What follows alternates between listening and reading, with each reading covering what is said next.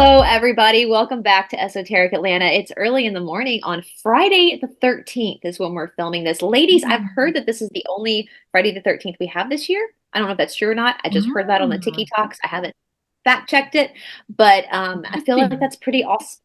We won't say inauspicious. We'll say auspicious. And before I forget, you guys, we're met here where we're here today. You know, Paula, but we're here today with our friend Jennifer. She's also a student at the Esoteric Academy, and she has a YouTube channel. She's a sound healer, Ascension Energies and Sounds. You guys, please make sure, especially if you're interested in the healing arts and taking your power back, working on yourself. We're going to get into it, but sound healing is super important. In Ayurveda, the three elements of life are food, breath, and vibration, which is sound. And so please make sure that you subscribe to Jennifer. And of course, as always, do not forget to subscribe to Paula. You guys know Paula, but I'm going to go ahead and just remind you, Empowered Spirit Healing. Make sure that you give her a subscribe as well. She does incredible meditations, and I feel like the three of us together, we cover kind of the elements of Ayurveda. It's like with our powers combined, I am Captain Planet. Like we, because I do the extras, the physical part of it, So you guys make sure, especially if you are super interested in taking your power back. And before we get into it, guys, you guys know over on the Esoteric Academy, we are running a special right now. We've set our prices really low. Paula can back me on this. We went back and forth with like prices, and we wanted to make sure the prices were low enough so that so people could feel like they could afford it. We didn't want to price gouge people. We wanted more people than most to be able to take advantage of the academy if they wanted to, but enough that we could cover the expenses of the academy. But we're also running a special on top of that. You guys have heard me talk about this before, but we are offering for our new students a 6 months discounted rate for your tuition, a 20% off, whichever tier you pick. The $25 a month tier grants you all of the exercise classes and the live classes. The $40 a month tier grants you everything from the courses to meditations to quantum healing to the live exercise classes. It encompasses everything. So whichever tier you pick that you want to be a part of, if you use the discount code Jennifer B, which is our guest today, Jennifer B. I'll put that all down in the description box below. I think Paula will have that in her video as well. If you use, it's all caps, right, Paula? Yes, all caps. In all caps at your checkout. When you go to checkout at the Esoteric Academy, you will get 20% off your first 6 months with us at the Academy. That's all thanks to Jennifer here. So please join us. And on top of that, you get 7 days for free anyway. I never want to forget to say that. Like you get 7 days of a free trial. We give you a full week, which is a long time, for free, just to experiment with the platform to make sure that it's something that is right for you. And if you like it, you can stick with us. And if you don't, no worries. If you find another teacher you like better, that's awesome too. We just want to make sure everybody finds a teacher and a program that they really like. With that being said, is there anything you want to add to that, Paula, before we get into the conversation? Yeah, we've just wanted to say that in the Exercise Academy, the exercise part of the membership, we've added some post-workout meditations because we really want to emphasize to people how important it is to integrate the work that you've done from the exercise.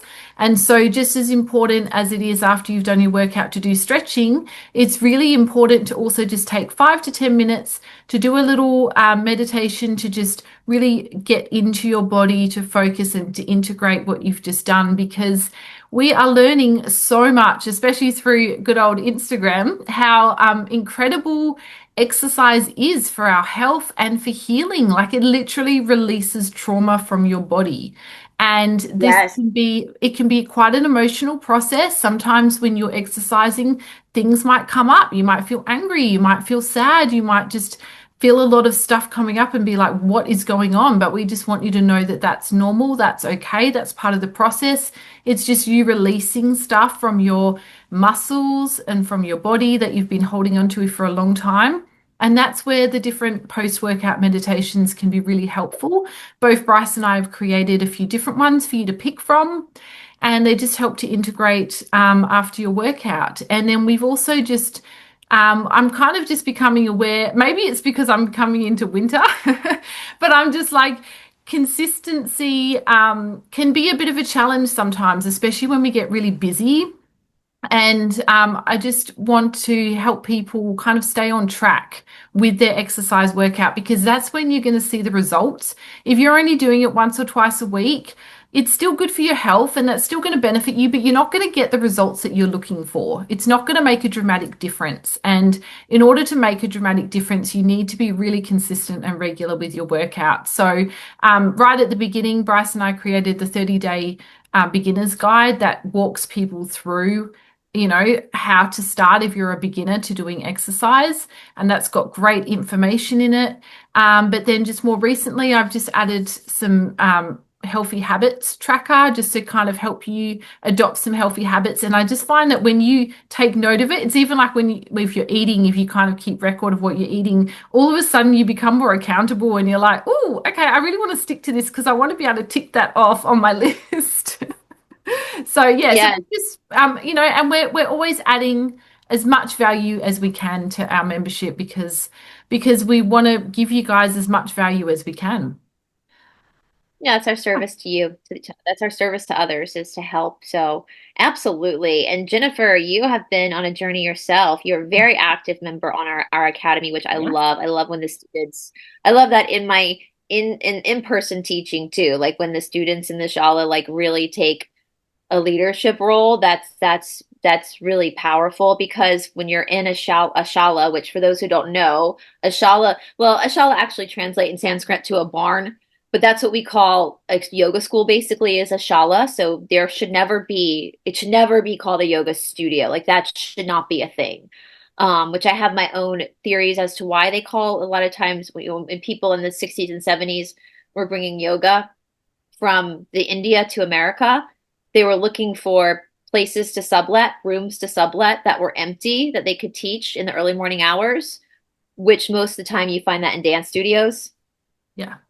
So I think that's how the You kind of studio kind of got attached to yoga. You're never going to see it called a yoga studio in India. It's always a shala. And so I'm very particular in using the word shala instead of studio because a shala is, even though it translates to barn, it's actually for yoga, it's a school. And that's very different than like a studio. You're not coming to perform or to practice for a performance. You're coming to a school to learn. You're Mhm. coming to a school to make mistakes, to have some correction, to have encouragement, to recognize your own blind spots. I go to my own shala with my own teacher and the community, the shala mates, which another word for that is a satsang. So your shala mates, the people that you're enrolled in your shala with, become very important people. You do end up sharing a lot of your vulnerabilities with. There's a great documentary called Mysore, New York, and it William Dafoe is in it as well as Gwyneth Paltrow. It takes place in September 2001, actually, in New York City, which is wild. They picked that month to film a Mhm.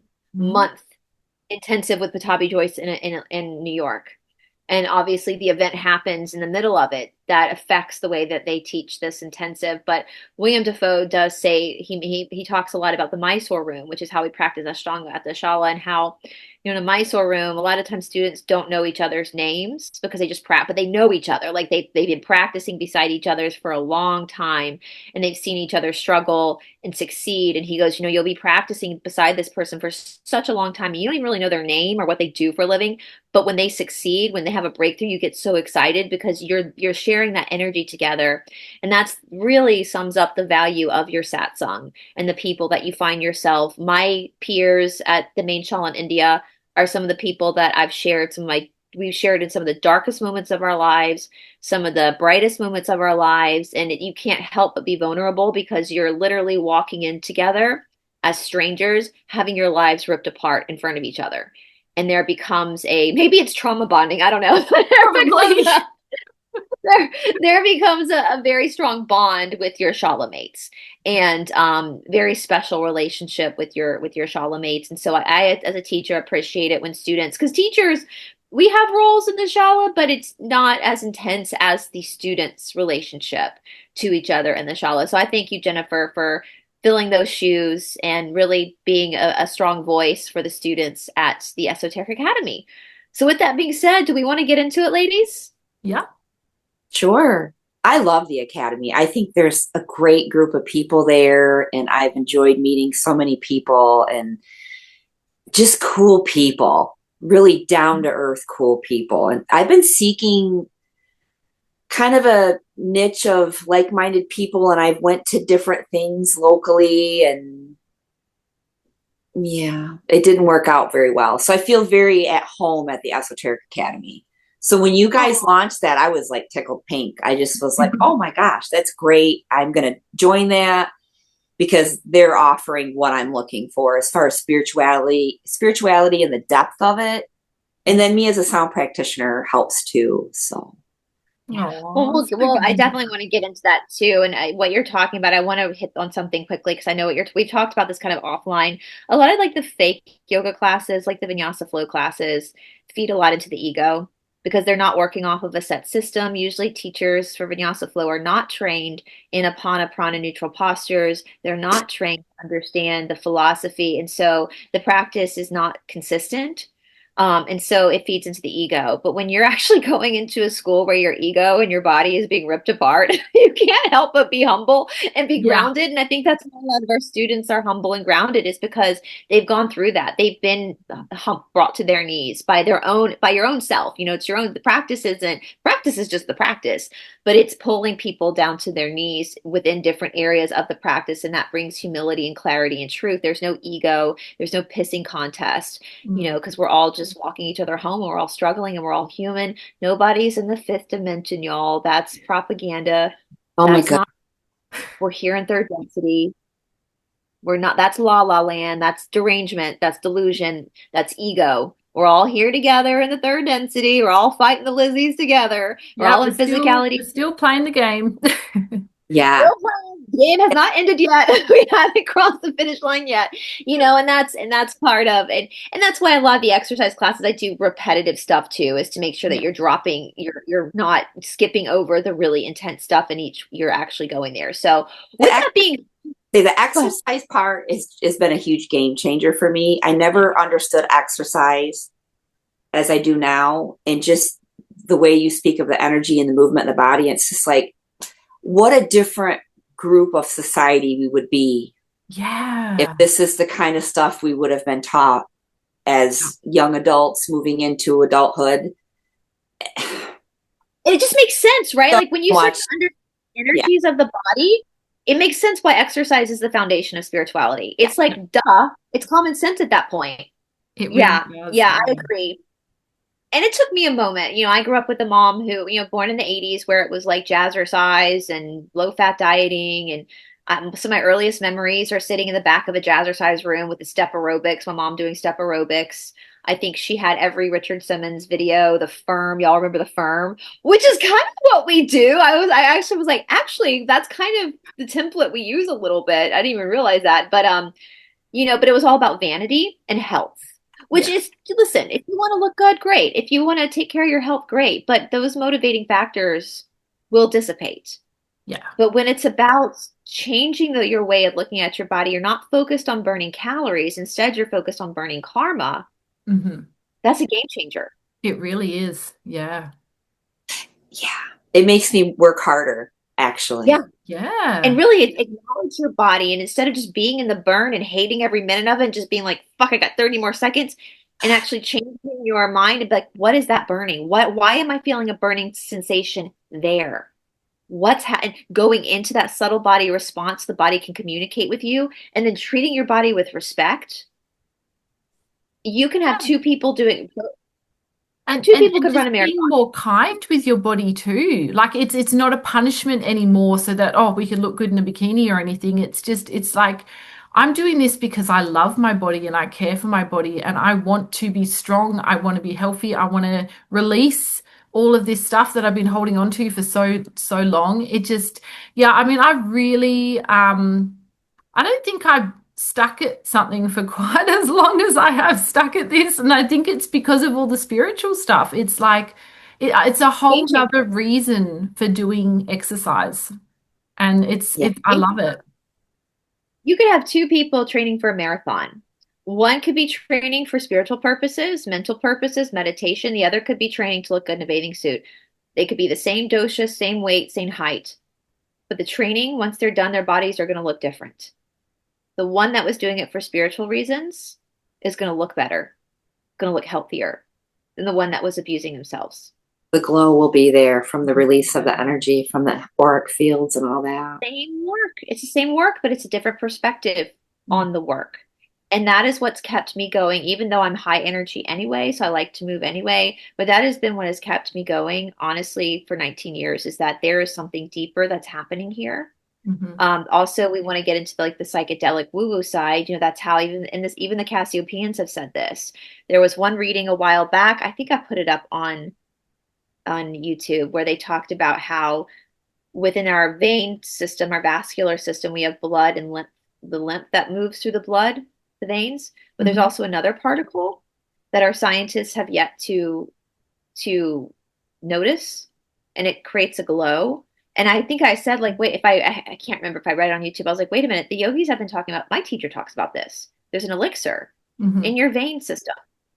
And that creates that glow. That's why their eyes glow and their skin looks better when they exercise. That's part of the spiritual side. And no science, modern science has not found this yet, but it's in the yoga sutras. It's in the Vedic text. Like this elixir is spoken about that runs through your vascular system. And if you're not exercising, then that elixir, just like your blood and your lymph, isn't really being moved properly through the body. And so it's so deep. It's so the arms, we want strong arms so that we have a strong heart. Physically, that also plays out. Like conductors have really strong hearts from moving their arms so much, but also energetically, the arms come out from anahata. Strong arms can either carry someone and support someone, or they can beat someone, depending on where the heart is. And so that's why we work the arms. That's why we do weights on the arms, is to strengthen the empathy and the compassion. Well, you do that really well, Brice, because there are sometimes I'm exercising with you and I'm just like 30 seconds. I'm not sure about that, but we're going to roll with this and just I can't feel my arms right now, but it's okay. They'll come back after the 35 seconds. Yeah. It's a challenge for sure.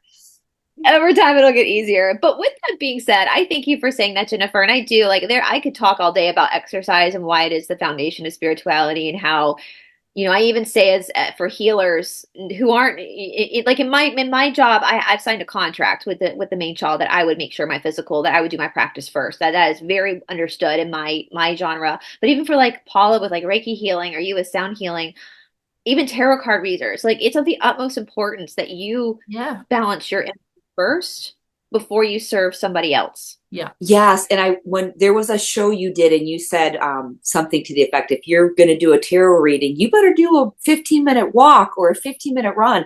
And I am so precise about that.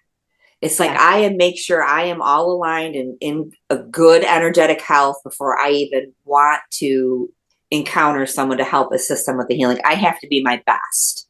I want to give them my best. Yeah, and that being said, when you are doing Reiki or tarot cards or sound healing, or even for me as a teacher when I adjust people, there's always going to be a slight lost in translation, right? Because as a human being, you're filtering the information through your human brain. But we want to make this as safe as possible, that you're not projecting your own shit onto somebody. So that's also another reason why you also clean yourself out before, so that your stuff has been put to rest for the day. And therefore you have calmer nervous system yourself, so that you can actually be 100% supportive of the person in front of you and give them the clearest information that you possibly can in that moment. And for any healer out there and I know people get mad at me when I say that, but if someone is massively overweight and they claim to be a healer, I won't go to them, because you're not working on, how can you help me if you're not working on you? I've encountered a lot of Reiki healers like that. Yeah, how can you help me if you can't help yourself? You're not willing to look at your own shit. So how are you going to help me with mine? And so that's in the Ashtanga world. Obviously pregnancy, there's leeway with women who are pregnant. Obviously that's not really weight gain. That's the body just having a baby and then working its way down. But my teacher was always very, why belly coming? Why? Thank God he never said that to me. That was always a fear I had. You walked in, there was one girl who got really skinny, and every day he'd be like, "You, 3 glasses of milk every day." That was what he Oh, thought would make her wow. gain. But he was concerned. Obviously, that translated. Yeah. He was concerned. Why are you so skinny? Yeah. What's going on?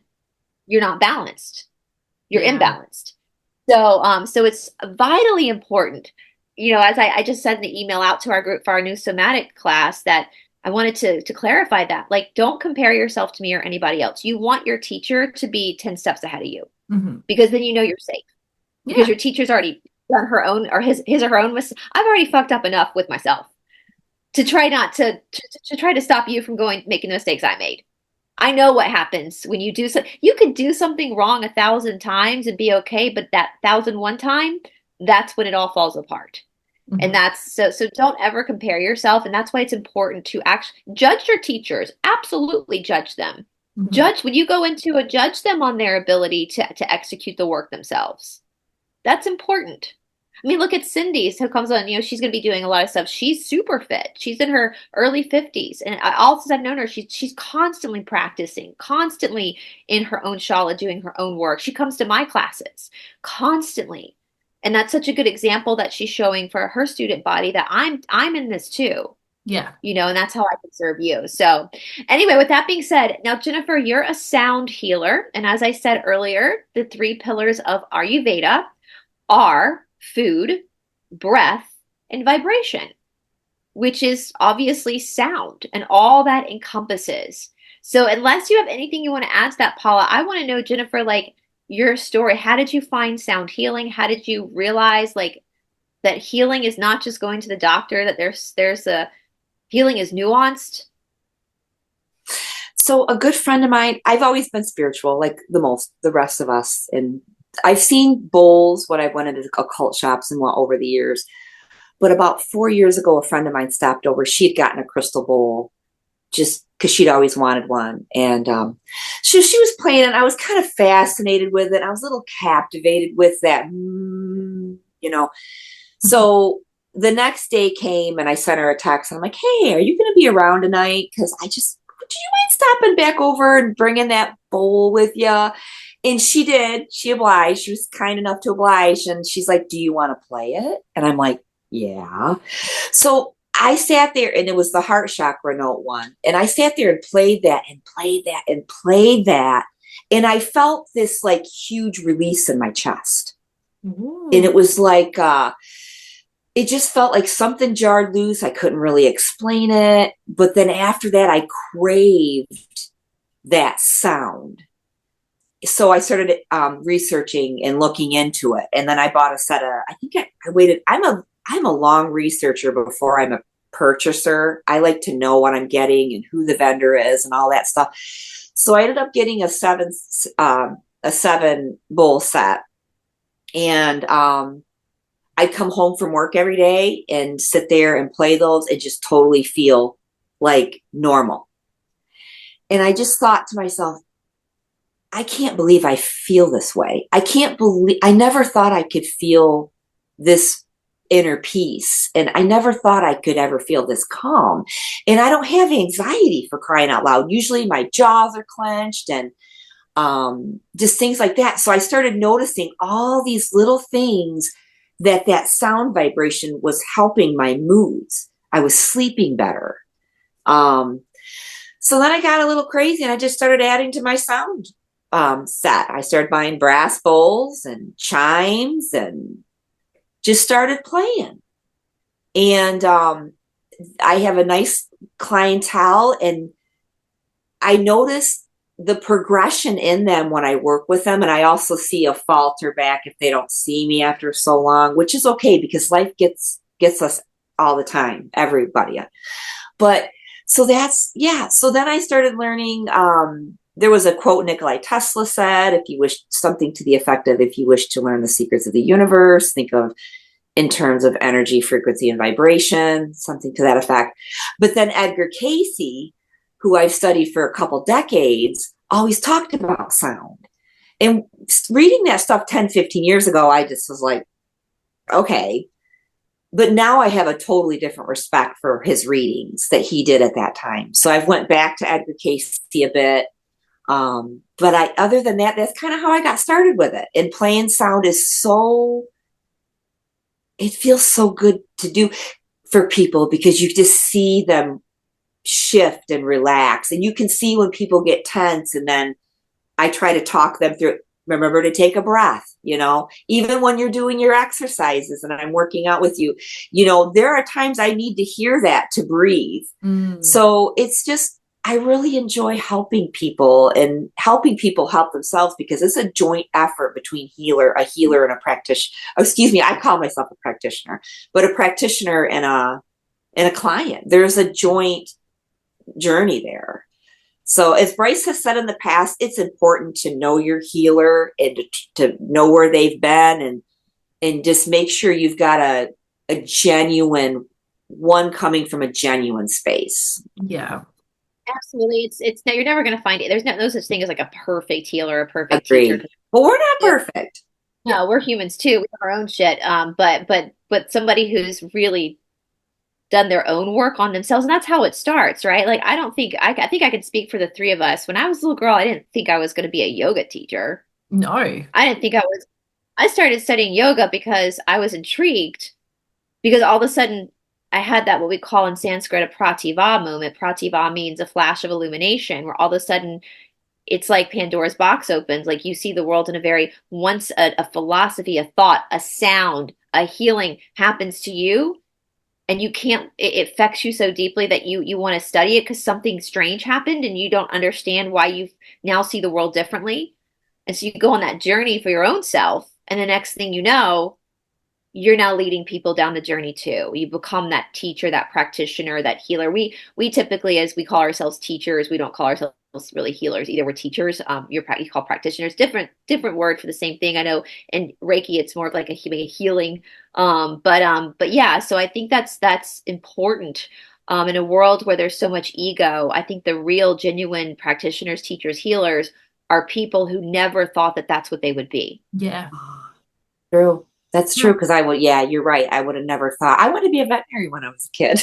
Oh, really? My dad is. I wanted to be a flight attendant.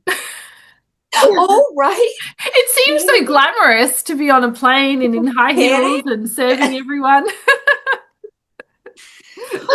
Now you're doing Reiki. Like it's like you just never when they say if you want to make God laugh, tell him your plans. Yeah. Like I find that funny too because I am not, listen, I like going on daily hikes, but I'm not Mrs. As weird as it might seem, I'm not like Mrs. Outdoorsy. Like I had a cousin once. I have a cousin that's a lot like me, and I remember we were really little. She was like, I'm an indoor person because outdoor people. She's like, I'm more indoorsy. I like living in cities. I like high heels, even though I have you guys exercise barefoot. I like that stuff. I always did. I loved living in LA. I loved the city, the lights, all that kind of stuff. So for me to end up in India, yeah, that was probably a big culture shock for you. I think it's a culture shock for anybody to go to India. I've heard, but. I haven't been in Africa. I had been in like third world countries before, like countries in Africa, but India is very different. And so when my first week there, my first trip to India, I was like having breakdowns in my room. Like, what have I done? Like, what have I done? Why I'm stuck here for like months. Like, what have I done? I'm like throwing up every 5 minutes because of the food. Just trying to but then I loved it. I started to love it. So for us as that do this, you end up going down paths that really almost challenge. It's like I always say, make Mother India as a teacher as well, especially for a Westerner. But it ends up putting you in places that that's when you really love something, when you end up putting yourself in a situation that you wouldn't normally put yourself in. Like nobody goes on a vacation to India. Like that's not a destination. It's not. It's you go to Bali. Learning experience, isn't it? Not to rest and rejuvenate, right? Like it's not, so yeah, I think that's a good note for people, Jennifer, is really look at the teachers, the sacrifices they've made, the educational experiences that they've had, who are there, where they learned from, and that says a lot about their integrity as a teacher. We don't do these things to be millionaires. Yeah. Most practitioners don't even ever retire. They live from paycheck to paycheck. Yeah. Yeah. Yeah, it's tough. And yeah, I just really wish people could kind of come to that understanding that they there is that relaxation and just to ground into their body, because it's important that I try to use a lot of sound that grounds us down, because we are so all over the place. Some of us are in the woo. I'm in the woo woo a lot. I'm not going to lie. Me too. But it's just so much fun, but it doesn't really work either. Sometimes you really got to pull yourself down and get it together. Well, let's talk about that because that's interesting you said that because as you know, in my exercise videos, what am I constantly doing? Pulling people down into your body. That you taught me that, to be honest. I really work a lot with Mula Bandha, which is the base root bandha, which is, Muladhara is the base chakra. Mula Bandha is the base root bandha, which is the lock. So no one really talks about the bandhas, I find, in like the more secular world. Like we talk about the bandhas all the time in traditional yoga. The chakras are great, but that doesn't mean anything if you don't know what the bandhas are, because it's like, I love Millie. Look at Millie. She's the star of the show right now. No, she's just in heaven. She's like, I'm just getting so much love. She's healing me with her purring. She's purring right now. But that lock in the perineum, which is like a Kegel for women, right? Like it's like I always say, I tell my students in person a lot, like for those of us who grew up in the 80s and the 90s, when skinny jeans were really in, like you would lay on the bed and use a coat hanger to that you were sucking your stomach, and that's pretty much mula. That's the kind of the beginning of mula bandha, right? That's controlling. So the energy, like not having a strong bandha in your perineum, it would be like pouring water through like a tube without there being a lock at the bottom. The energy just goes right out. And so you can try to perfect your chakras, but if you're not strong in your perineum, that energy is just going to go everywhere. It's not going to stay in your body.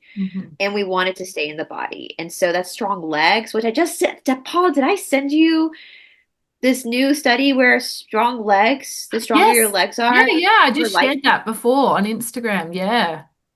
So fascinating. So all of these scientific studies are literally mirroring what the ancient yogis were saying. Strong legs, so strong mula bandha is what gives you vitality and longer life.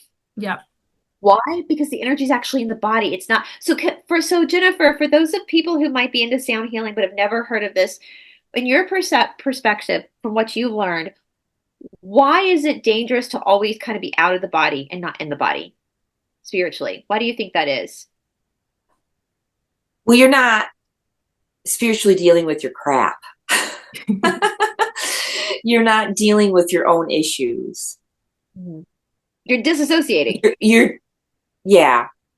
And I do that too. I'm Vata as hell. I'm an Aquarius and I'm Vata. I am out I'm up in the clouds all the time. Me too. And I like air. But then there's times I just I'm like, this isn't what it is. This isn't what it's about. So I just remind myself that. And it's been a real big struggle the last 3 weeks or so. But yeah, because I really do want to just stay up there. It's just a lot easier. It's easier to leapfrog over the hard stuff, right? To try to anyway, but that's guaranteeing more karma, right? That's guaranteeing you another trip around back to Earth. That's the thing. The universe it doesn't matter to the universe how long it takes you. You can keep coming back and doing this until you're blue in the face. But I really am going to work hard to I don't want to reincarnate. No, I want this, as far as I'm concerned, I'm really hoping that I do well, that this is my last rodeo for a long time on this. Yeah. Physicality is hard. Yeah. What about you, Paula? Like with your healing, how has grounding into your body helped you? Yeah, well, I mean, it's definitely so important because I'm so being Pisces and Vata, I'm just off with the fairies a lot. And I've actually realized that, as a child, I think that was how I coped. Just in stressful situations, I coped by just being in my head and being off with the fairies all the time. But I 100% agree with Jennifer that like you're not dealing with your crap if you're not here and you're not present. And I feel like the exercising is definitely helping a lot, even with my healing work as well, because it's just, I've always been quite like into exercise. I just haven't always been so consistent with it. But yeah, I'm trying to be a lot more consistent with it now because I've got a whole new perspective on it. And I do feel like it has definitely had an impact on my healing work and just feeling more clearer. And I mean, like, even I just caught up with a friend today and she's like, oh, your skin's looking really good. And I'm just like, yeah, I've been working out this week. It's just like, but people can see it, people can see. And I just feel like it's more clean energy, because you're releasing stuff. And I just think, yeah, that's just really important. But yeah, I just don't feel like, if you're off with the fairies and you're trying to help someone work through stuff, you're not present and you're not tuning in to what they really need because the struggles are real. Like we are here, we've chosen to come here and to be on a 3D earth, so we have to be grounded and we have to deal with this. Like we do still have to play the game. We can't just not pay our taxes and not pay off our credit card bills and not do certain things just because Gasara might be coming or whatever, it's not, no, we're still playing this game right now. We still have to take part in society, and part of that is being present. We still have to be in our bodies and we still have to work through and move through this stuff. We can't just sit around waiting for a shift to happen. We're not just going to magically pop into, 40 positive or whatever dimension. We have to move through it.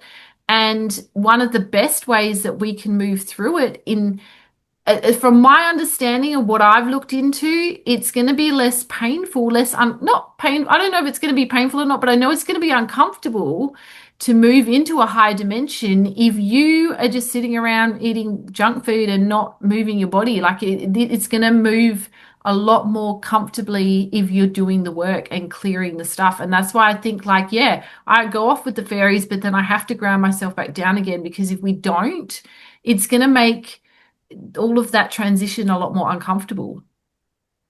Well, you just won't transition if you're not doing your own shit, your Yeah. own work, if you're avoiding and you're constantly blaming the establishment or blaming somebody else for your hardships, you're not going to move forward. You're going to be stuck to do this again. And that's with like the sound healing and the exercise. I think the things they have in common is like when you said you felt that vibration like in Yeah. your chest, like in that area, that is very much a sensation in the body. It's Mm. not happening etherically that you're recognizing. It's happening. It's not like, even though looking at the northern lights are beautiful, you're not watching something outside of yourself. You're experiencing sensation in the body with sound. And that pulls that awareness into where that vibration is happening. Same with exercise. When you're doing a hard cardio class, like your mind is not disassociating. It's there in that moment. The mind might be hating it in that moment, but it's there.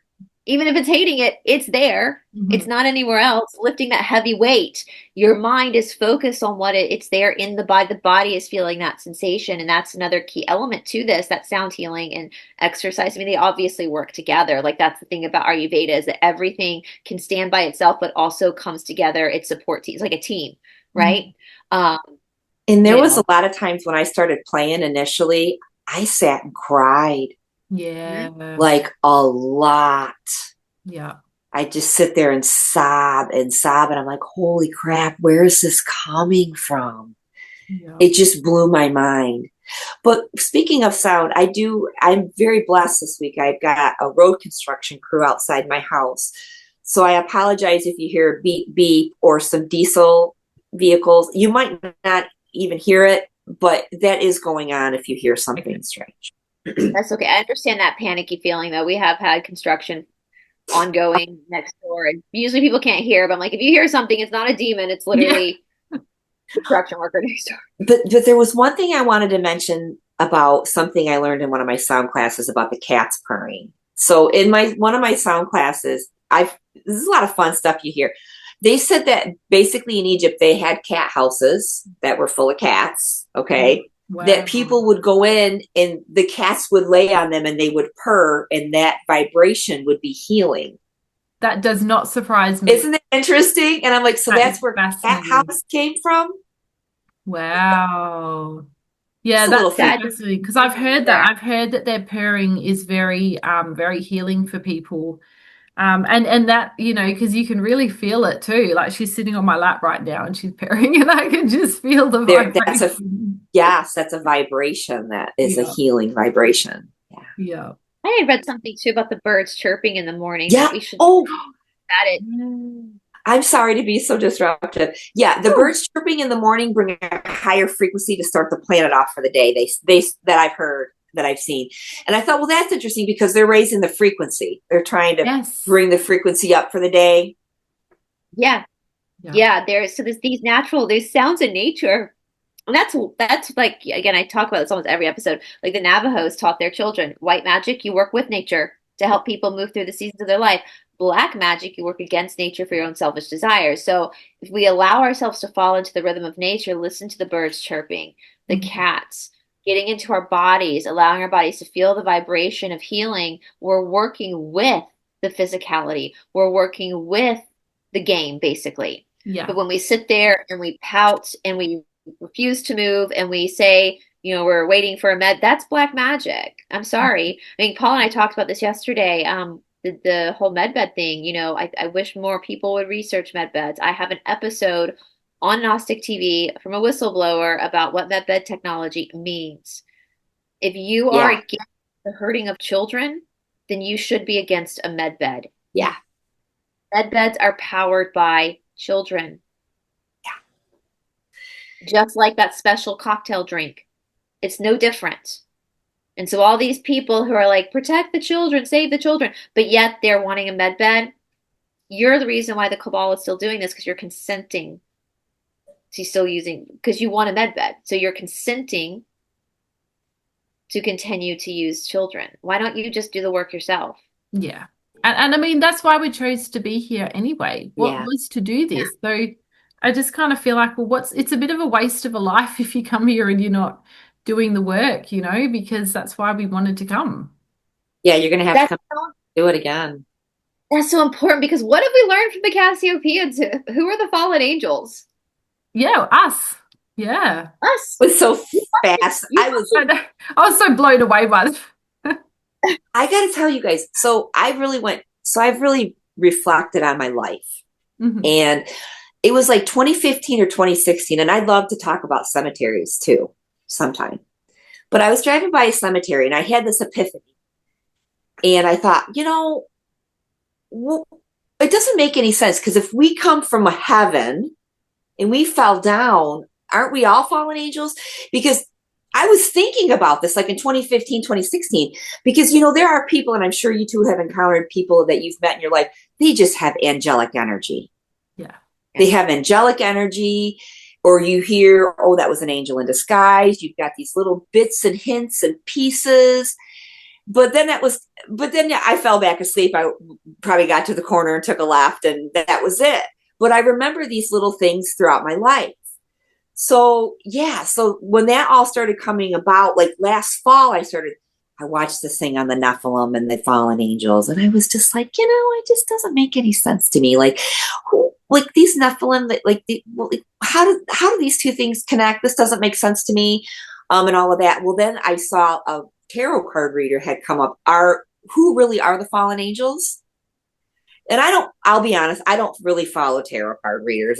I understand tarot. I've read cards different times in my life and stuff, but I listened to her and she said that. She goes, we're the fallen angels, you guys. Yeah, that's what the We Cassiopeians. came down from heaven into this physical body. And I thought, and then here we are with the Cassiopeians. So I think I makes really sense. want to learn more about that. Mm. Well, think about it. How many people out there are being like, well, the Cabal's the fallen angels, and the RH negative is the Nephilim. No, no, no. We're all equal, boo. None. Stop projecting onto other people. You are just as guilty. We all felt we were a soul complex that fell together and shattered into all physical pieces. Yeah. We did this together. Mm. Nobody victimized you like the cat. So they had that conversation. Did the Lizzie's trick? They're like, no, there's no such thing as tricking. In that they basically presented the idea because being in a physical body is service to self because we have to take care of our bodies, right? We wanted to experience physicality. Mhm. So we became the fallen angels and came into a physicality, shattered and came into a physical. We made that choice. Nobody tricked you. You're not a victim. You chose to be in this body. Because you decided to start the game, to take a seat at the game, the Lizzies offered us a seat at the the gambling table, whatever game it is. I can tell I don't play games, card games. Texas Hold'em. They offered us a seat. We could have said no thanks, but we said, you know what? That looks kind of interesting. And time is eternal anyway. Why don't I have a seat at this tech? And why don't I pull my cards out and play Texas Hold'em? We decided And, to take that table. and we're still playing Texas Hold'em. We're playing it. We have to and the whole Lizzies, the dark forces want to enslave us. And so what better way to enslave somebody than making them powerless by convincing somebody else that they've been victimized Mm. by an etherical being when literally you are the fallen angel. You watching this right now. Yes, you, every human being that has a soul on this planet is a fallen angel. And we decided no one tricked us. We got to take our power back. I feel like by knowing we weren't tricked that we chose this, that's pretty powerful. Yeah. Like I chose to take this ride. We can't take our seatbelt off mid roller coaster ride God, no. and eject It'd be ourselves. nice. I don't know. Kidding. I'm just kidding. We have to finish the game, you guys. And by finishing that game, if we decided to be in physicality, guess what? How do we finish the game? By being in physicality. Yeah, and getting through it. That's why the Yoga Sutras is a perfect manual. It's like the manual that was created for us fallen angels to learn how to like be in. And the Nephilim too. The Nephilim are not on planet Earth right now. Everybody Yeah. has all these, I'd like all to, these. yeah. I'm confused. Why did they always put not that we all have answers, but why are the Nephilim and the fallen angels always in the same category? Nephilim, I think, from what I understand, what I've read about from the Cassiopeians, is that they're transient. They call them transient passengers. So they come and go. They come to Earth when they're needed. They're like the army for the Lizzies, basically. So they come to Oh, Earth when they're needed. They're right. not our friends. They're not the giants that I was always under the impression they were the giants. Yeah, They might have same. been taller structure at one point, but that's not necessarily always what the Nephilim look like. So all the giant bones that we find, that's just our own answer. That's not Nephilim. So the Nephilim are not on planet Earth right now. They will be coming back, what the Cassiopeians have said. And what's interesting is that Laura, I think this is, I know this is, they talk about this in the Wave series book, but she also talks about it in the forum as well. And I actually agree with Laura, her hypothesis. And she wrote this hypothesis back before, this was in like the late 90s. She believed, and I have to be careful about how I say this, guys. From what the Cassiopeians have said, I'm totally paraphrasing, so please read this for yourself. The form is free. I'll put a link below. Is that the Nephilim are going to, the energy, so the consciousness, the Nephilim as a consciousness, will take the form in bodies through DNA modulation. Now, what I take that to mean, taking it a step further, which she didn't mention this because I don't think they had covered organic portals yet. So we know from the Cassiopeians that possessions don't really happen to people who have souls. It can happen, but it's very rare. Because when a body has a soul in it, for a Lizzie to try to take over that body, that's two souls fighting. That's a lot of energy for the Lizzie to try to maintain. So they more typically possess organic portals because there is no soul. So I taking that understanding with the Nephilim, with combining Laura's hypothesis with my own speculation, I think that through these, with the organic portals, that's how the Nephilim are going to come through. And they're not going to be giants. We look what's happening in LA right now. They're going to do the bidding of the Lizzies, basically, the people that don't seem to be brainless.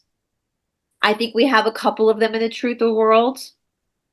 The brainless ones that don't have critical thinking skills that are totally pulling people off the path because their job is to be enforcers or like the Gestapo of the Lizzies. Mm-hmm. And so we have all this junk conspiracy where people are talking about, oh, the Nephilim are a particular blood type or they're giants. That is misleading you. Mm-hmm. It's a soul group that are Nephilim that are going to be coming through with DNA mutation. That's interesting because I think Edgar Casey, in one of his readings from back in the day, he said something like before Atlantis fell that they were trying to, maybe the Cassiopean said it. I'm really sorry. My information's swirling in my noggin. I'm sure you both understand. Oh, yeah. You They never were trying, yeah. yeah, they were trying to create a fourth density like body, or excuse me, a body to insert souls. Interesting. That's organic portals. They used organic portals to not trick us, but tempt us to be the fallen angels. So the organic portals have been here since the beginning. It's so funny. Edgar Casey calls organic portals are the same thing, non-developed souls. And that they are going to event. I know, isn't it? It's so interesting how it lines, but they will develop those other chakras in time. But in that, he goes into this big chapter how we shouldn't judge them and all this stuff. And I'm like, no, man, Edgar, they're pretty bad sometimes, dude. It's hard to really encounter that. You should actually. You can't like, I mean, I can think about people that I think are organic portals, but I can't give them that diagnosis. From what I understand, every organic portal has narcissism, is a narcissist, whether that's covert, overt, malignant, but not every narcissist is an organic portal. Some narcissists are what they call distressed souls. Mm-hmm. So they're a soul person in distress, and that's playing out with narcissism. But every organic portal has, that's why they say narcissism is really hard to cure. Like the narcissist has to be very self-aware in order to, so that those rare instances where a narcissist is able to go through therapy and be self-aware, I think those are soul people in distress. Yeah. But for most narcissists, they can't self-reflect. Well, that study just came out a few years back and it was mind-boggling to me that like 50% of the population does not have an inner dialogue. Yes, my daughter was telling me about that, and I was like, "What?" I talk to myself all day long. Like, about that. My inner dialogue is the reason why I have high anxiety. What are you talking about? I always have voices in my head. How can somebody not have an inner dialogue? I was blown away. I was just sitting in the car talking to my daughter, and we're like, "What?" I know. I was like, and this was right before the whole organic portal thing dropped with the Cassiopean link. But I remember being like, "What do you?" There's some people, so they're just people that get up and go to work. Like you don't like contemplate life when you're sitting on the subway. Like you don't contemplate like you don't analyze everything and go through everything 100 times. Like you evaluate things you did on the playground at kindergarten, like. And feel and try to lay down and to sleep and all embarrassed about things from years ago. Like, what do you? My boyfriend was like, yeah, that's why they see narcissists sleep like a baby. They don't self-reflect. They don't have the ability. So that was interesting because it said 50% of the population. That's and then huge. How much? What's the percentage of the population that are organic portals? 50%. It's a little connecting, huh? Interesting. That's so interesting. I did not know that.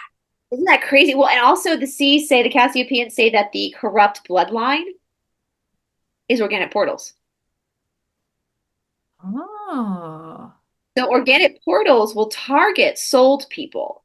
Now, do they know that's what they're doing? No, but of course the Lizzies use the organic portals. They use the organic portals to entice us to planet Earth. And they use the organic portals. They send them in to try to disrupt a souled person.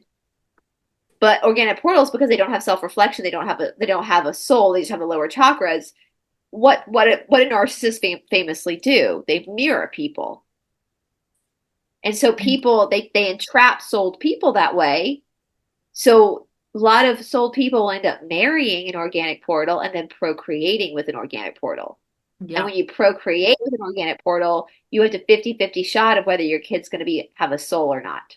Wow. Tell you what, man, this information would have been great. Like if we would have learned this when we were kids. I know. I just think it would have been really great. So for all the single ladies out there and single men out there, the first question to ask a person you're on a date with, do you have an inner dialogue? Yeah. Good Yeah. first date And question. it's okay if you answer yes. Oh, I'm not going to think you're crazy if you answer yes, but this is But important. if you don't have if you're just can get up and go to work and not contemplate things, then we're gonna end this right here because you don't have a Yeah. body basically.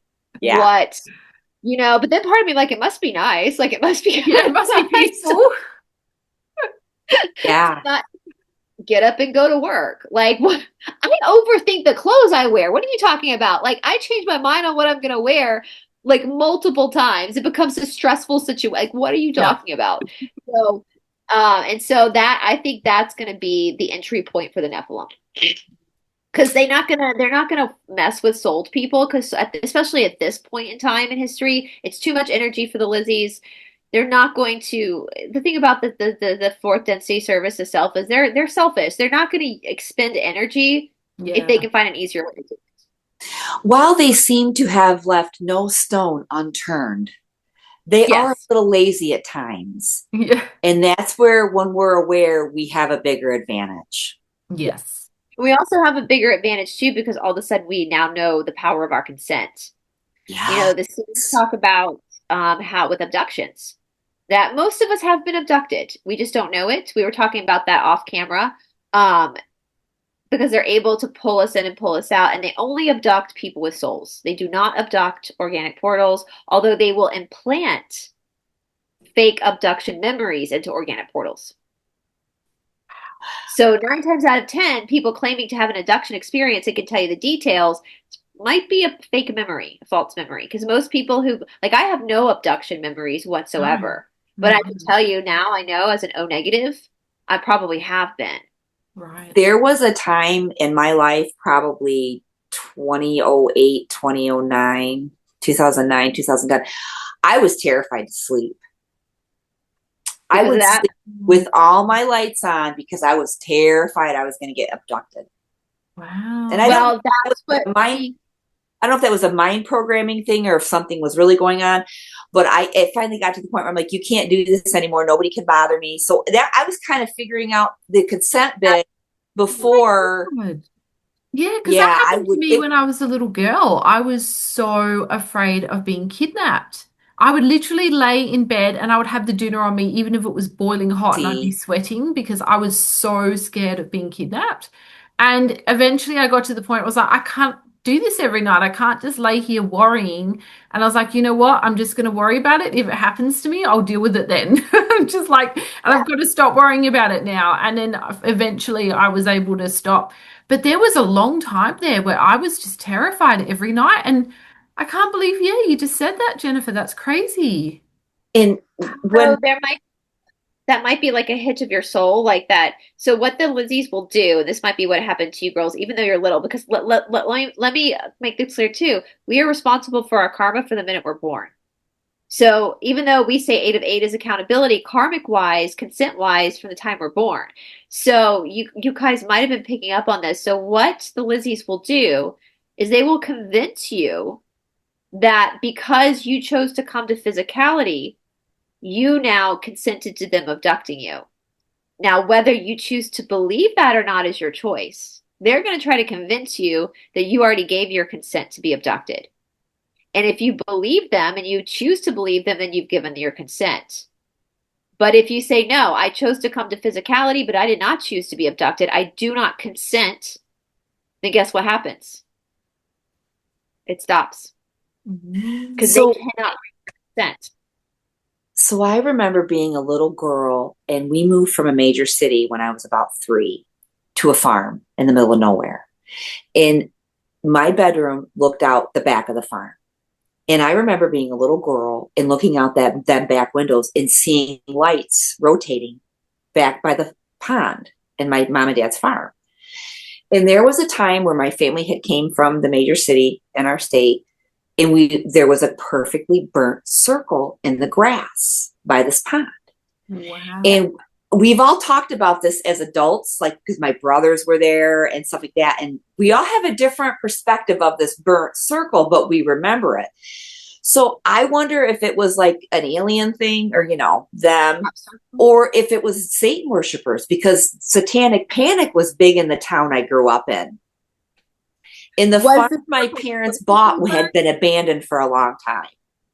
Was it perfectly burnt or was it not? Did it look like a human did it or did it look like a machine did it? It looked like, let's take a ring light. Now, from my perspective, I was 4, by the way. So you don't really know if it was perfectly My burnt. perspective was a perfect circle. Like if you took a big old ring light, Just but next to that burnt thing was huge megalithic stones, like 5 to 6 feet tall megalithic stones in a circle. So I think that was so the Cassiopeians have talked. They're just saying, hey, sometimes when there's like crop circles, that it's just them. It's usually the good ones, like the Cassiopeians themselves, saying, hey, or hey, it's not because they don't really interfere with our free will. Mm-hmm. So I honestly, because you were so little, Jennifer, and you, Paula, I think that this is just I could be wrong. This is not me channeling. This is not me. This is me speculating from what I heard from the Cassiopeians. So I could be wrong. As they said, they try to convince us, the Lizzies, that we gave consent to be abducted.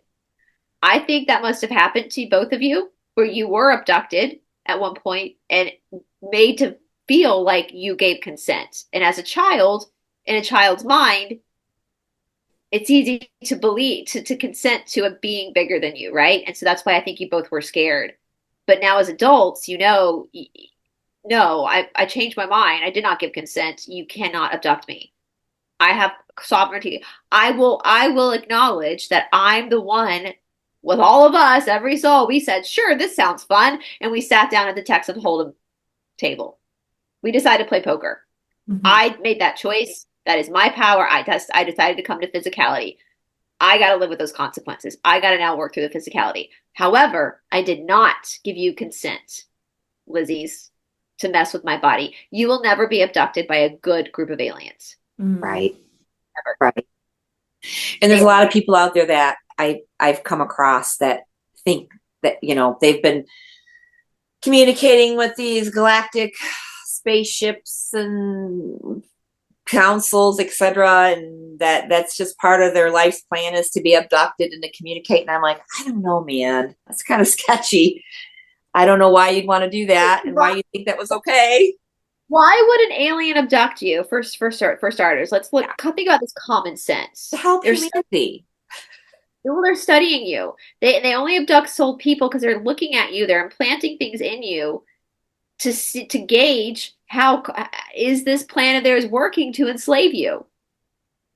They're not abducting you to give you hugs and kisses and a med bed. They're not. That's not what it's. And you know what made the most sense? Because I do listen to so many of your videos, but I remember that one specifically about the alien abduction and stuff. It made so much sense to me that they're taking your fourth density body. Because I remember thinking, how in the heck do people go through walls and how are they levitated through their bedrooms and stuff like that? Yeah. So I'm like, what do they hang out up there for when you get ready to do your astral travel potentially for the night? And they're like, yeah, they pull you. Yeah. It's so every night before I go to bed, even at this point, and what the Cassiopeians say, they're like, how do we, and one of the things, because they were like 57, 30, they were giving really high numbers of people, how many times they've been abducted.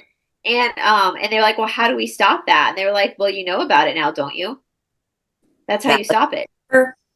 Knowledge is power. You say, no, because they have to follow that is the rule, is that they have to follow consent. Mm-hmm. Now they'll try to manipulate that consent to get you to consent. But and they're great at that. They're so good at that. Look at what the establishment does. Look at, digital IDs. Catherine was telling me this yesterday over on her channel. I thought, God, these fuckers, man, they are so smart. They are so clever. So in the UK, they were trying to do digital, all of us, all over the world. Yeah. That backfired after 2020. They had to stop that. So now guess what they're doing in England? They're trying to convince people to do a Brit pass because of illegal immigration. Oh. So getting people to consent to basically a digital ID by manipulating an actual problem.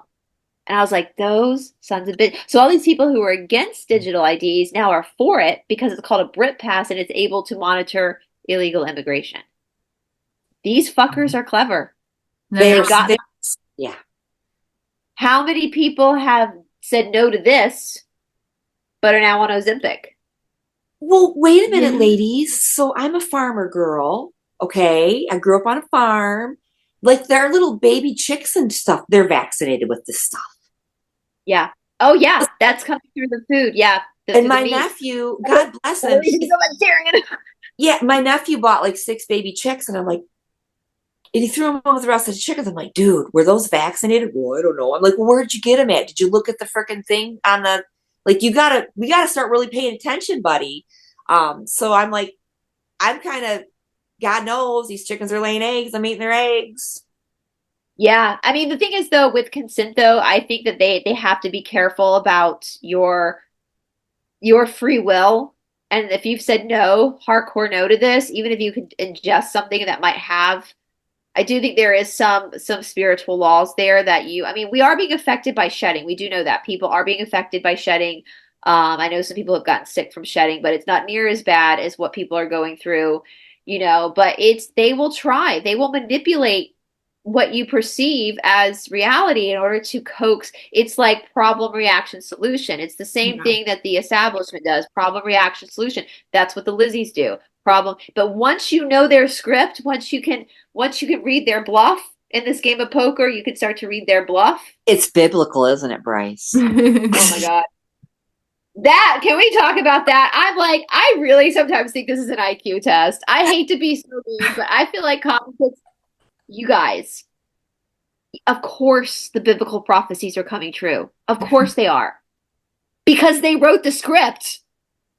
If they wrote the script and they control The the world. special effects, Yeah.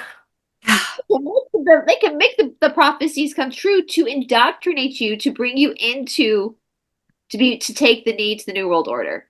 I just can't fathom. I mean, I grew up Catholic, and there's a lot of good people out there that believe in faith of Christianity, and I'm not.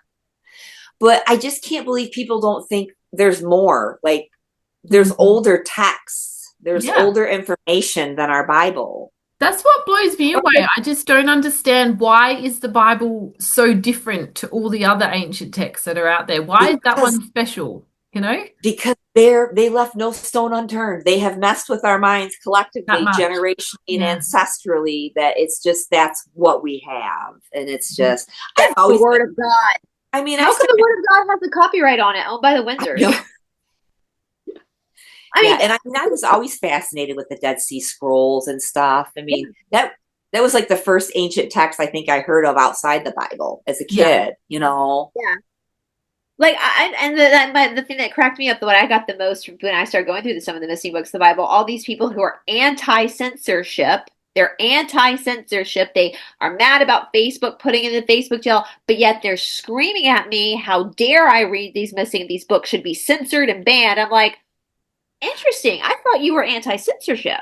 Isn't that interesting? Yeah. That's And I not love reading books of the Bible. They were great. I read those with you and other content creators, and I just put hundreds of hours into listening to those and just was like, holy crap, wow. Again, if we would have known this information before now, life would be better. Listen, if you truly believe what you believe, if you're at peace with what you believe, then somebody reading a banned book is not going to bother you. Yeah. That's right. You're not going to be That's triggered. exactly right. So the fact that you're never bothered me. I don't get triggered about stuff. I know that the church is BS. I know that the church is part of the establishment, that it's wicked. It's very wicked. I know Christianity itself is a cannibal cult, a sun-worshiping cannibal cult. I get that. I know that. I'm comfortable with my research. I also have a very close relationship with God. God and I are good. So I'm not on churches' YouTube channels leaving nasty comments. Yeah. I never go to those YouTube. I don't care. I don't care, because there are good people that are still brainwashed that would never hurt anybody, and they just haven't realized that they're being taken advantage of. Yeah. Right? But I'm comfortable with what I believe. I'm comfortable in my research. I'm comfortable that I know that a loving God would never throw people into the pits of hell, that we are the ones making choices, whether we want to go positive or negative. And that's a choice you make. It's nobody else's fault but yours. It has nothing to do with whether you believe in Jesus or not. And can we talk about that for a second? That really gets to me too, because Jesus means hail Satan. Jesus is not it. Yahshua was his. And we're born with the Holy Spirit. If you have a soul, you're born with the Holy Spirit. It never leaves you. Mm-hmm. That's not something you have to ask for. That spirit of life, that kiss of God that is born. You look at a baby, they have that's what that is in them. It never leaves you. So my question is, what demon have they convinced you to bring into your life by asking Jesus into your life? What demon and is that why the church people are so violent? Yeah. Is that what's triggering this violence? I I'm remember. very Yeah. uncomfortable with the idea of having to ask something out there to forgive you for your sins. It's just, It's coming in. If yeah. I am created by God, and that's what people don't, if you really think about what the church teaches, they're they are hypocritical and they double speak. Hmm. Because in one voice you're telling me I'm already created by God. Yeah. Yeah, I can't have God unless I ask Jesus into my like And that doesn't why do you have to ask Jesus to come into your life to have God? I mean, yeah, it doesn't make sense because they've also turned it into man worship. And this was a big debate at the Council of Nicaea. The original Christians never believed Jesus or Yahshua was God. mhm. They knew he was a man and he was the son of God, as in we are all children of God. So Yeah. that was the original Christian belief. Then at the Council of Nicaea, there was a huge argument over this. And through the Mithraism, the religion of Mithraism, they wanted to turn Jesus into a god, like Apollo, like Mithra. And that's what they did. Yeah. And all of the original Christians that were like, no, no, no, no, it's not about worshiping a man, it's about worshiping God, which is one of all of us. Guess what they did to those people? Yeah. So if someone's threatening to torture you, unless you agree to believe what they believe, you're probably going to agree. Just go ahead and agree. The gospel was not spread because of the good news. The gospel was spread through It was terrorism. forced. Well, they say there's even like a black magic and Godspell, the whole term, the Yeah. spell. Oh, absolutely. What did the Catholic Queen say about the Bible? It's bullshit, Yeah. basically. It's all bullshit. Mhm. And that the Gospels were written by the Greek three-letter agencies to control That was people. really so eye-opening to me, and I'm like, oh, that makes a lot of sense because Um, you wonder where it all come from and where they all started their little It makes Bible no gig of writing. sense. Yeah, Do you really think in ancient Greek and Israel, in the middle, whether that was America or over, do you really think there was a guy named Mark running around? yeah.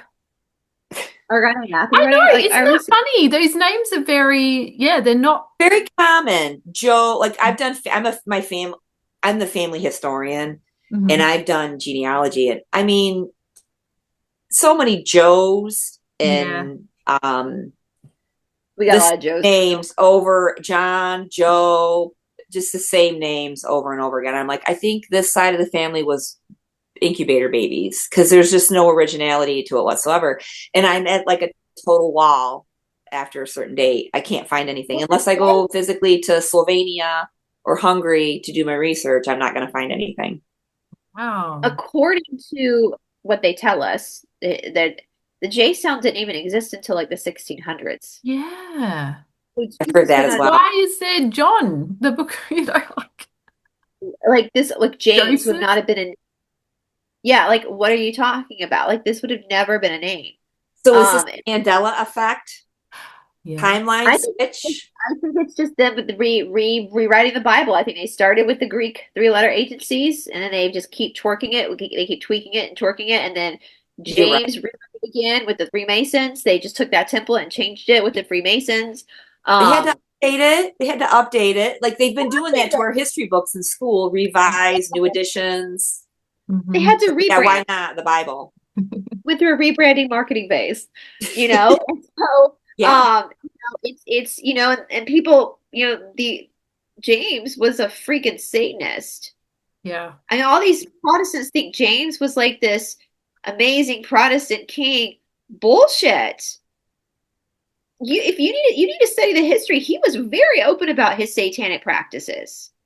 That information is out there. You cannot be a king or a queen. If you're a king or a queen, every single minute of your day is your shits are logged. Like they literally have the master of stool. That's a real job.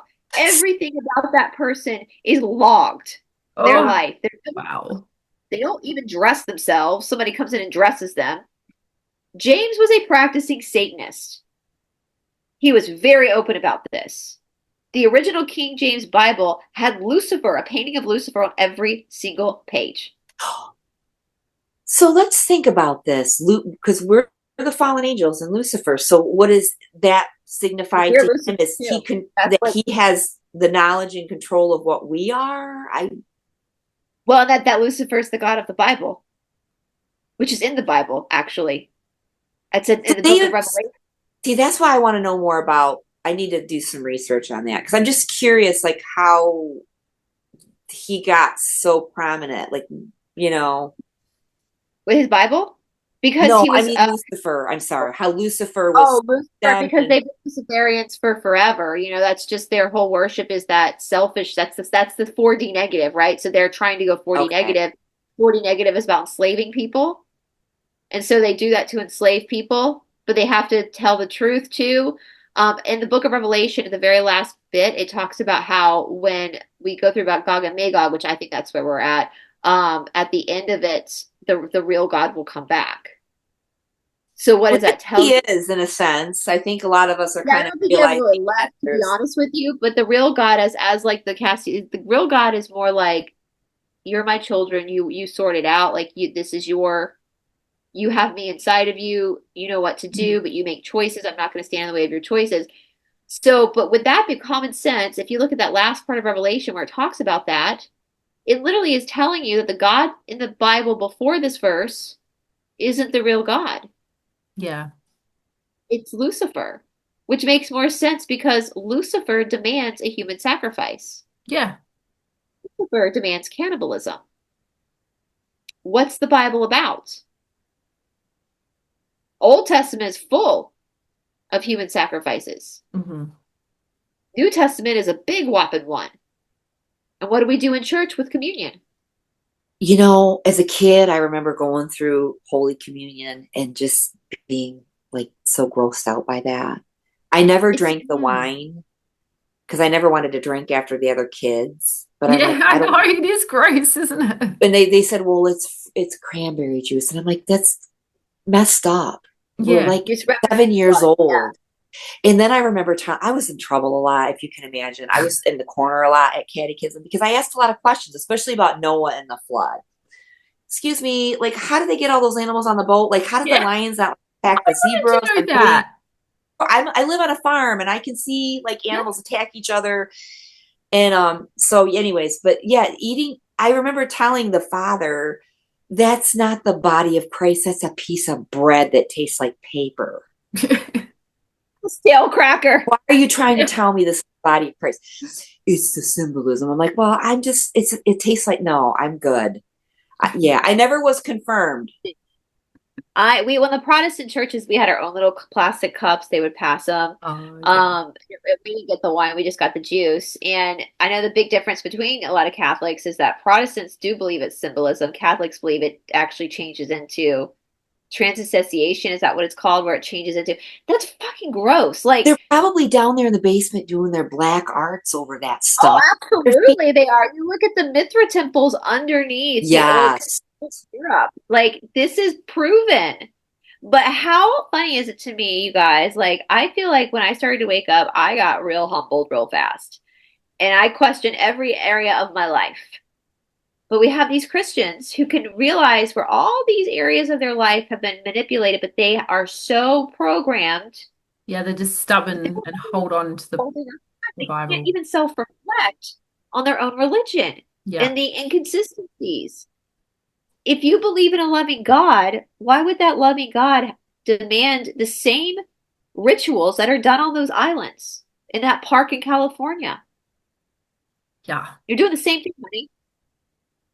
I don't know. You're doing the same I thing. never liked church. I mean, like, I'm glad that I got to learn about God and about Jesus and about angels and things like that. But it's never felt right ever since I was a little Yeah. girl. I just never feel We, comfortable there. we yeah, we knew.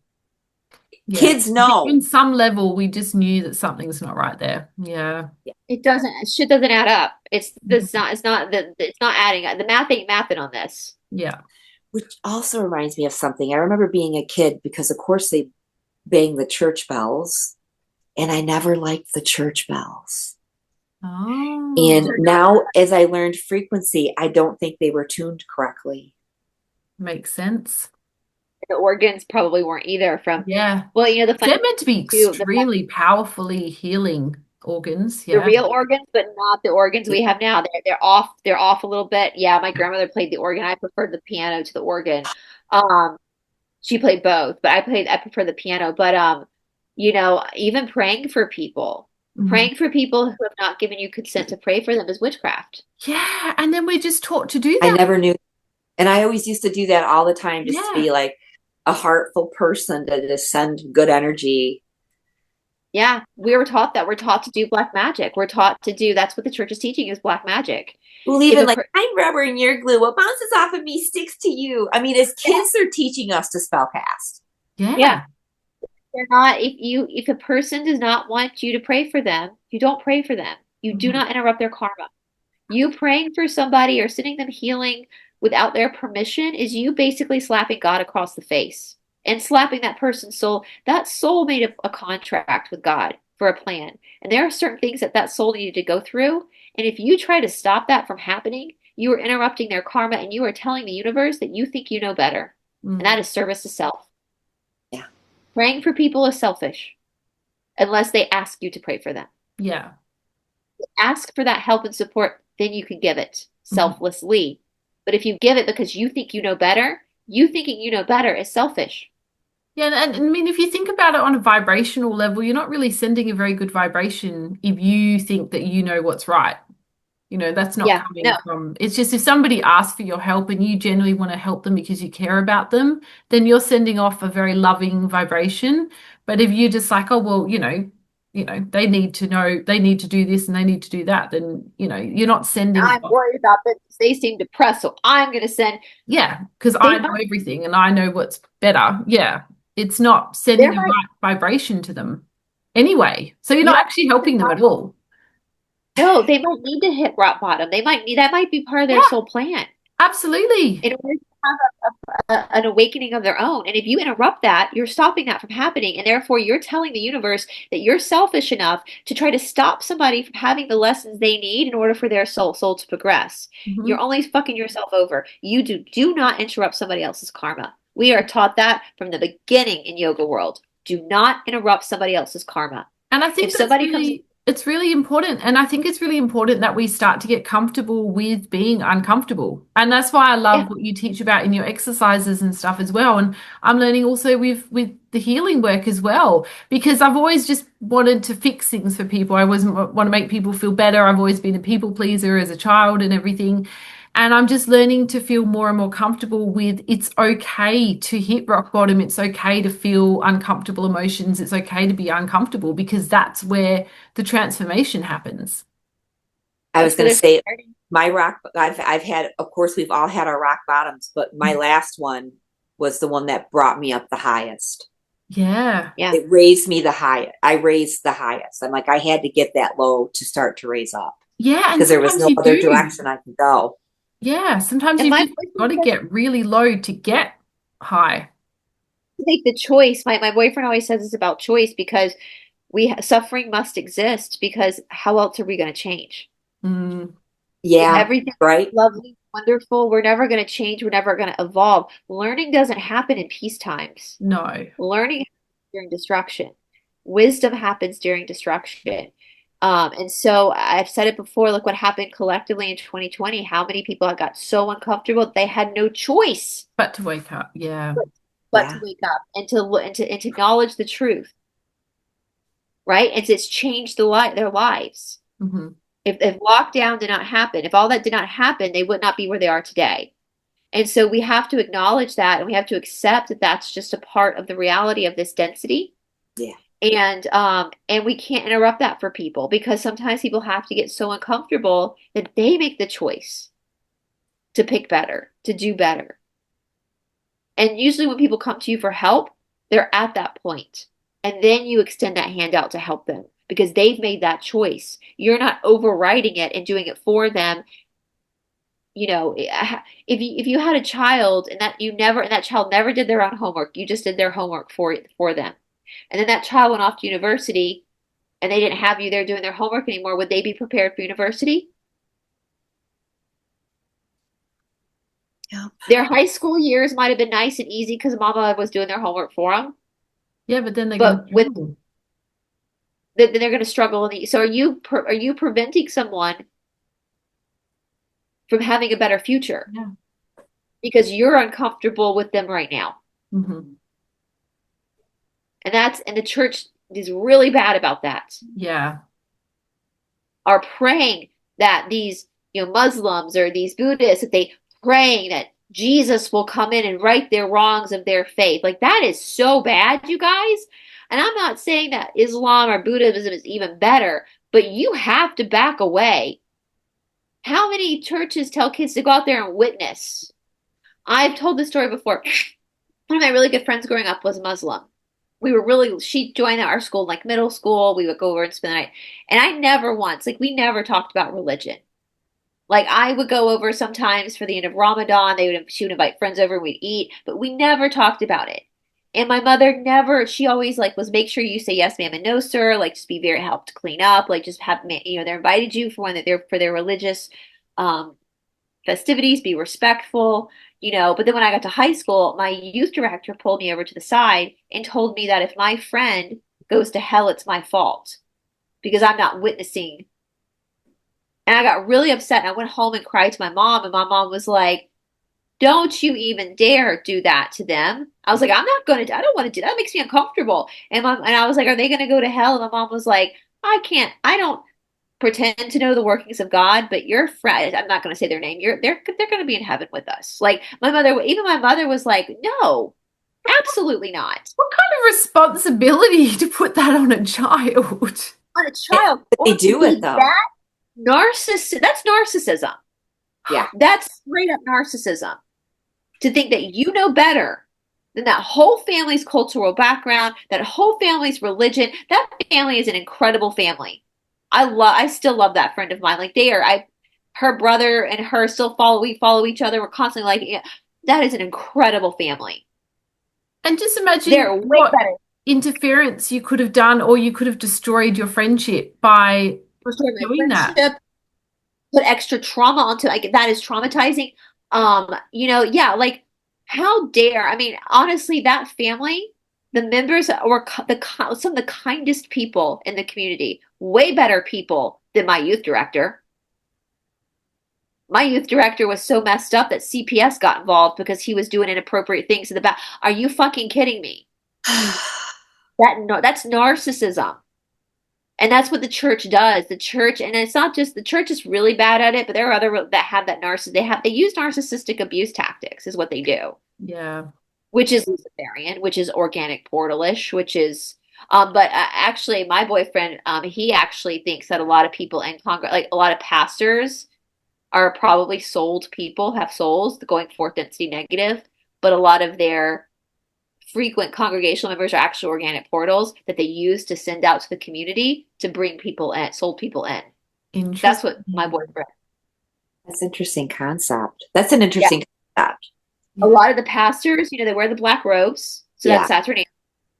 A lot of the high-ranking pastors, like Joel Osteen, know they're Satanists. They go through those rituals. Billy Graham was a high-ranking Satanist. So they are sold people who are picking to do this, to manipulate people. Mm-hmm. And I think they use organic portals through the work of the Lizzies to fish for other sold people to feed off of.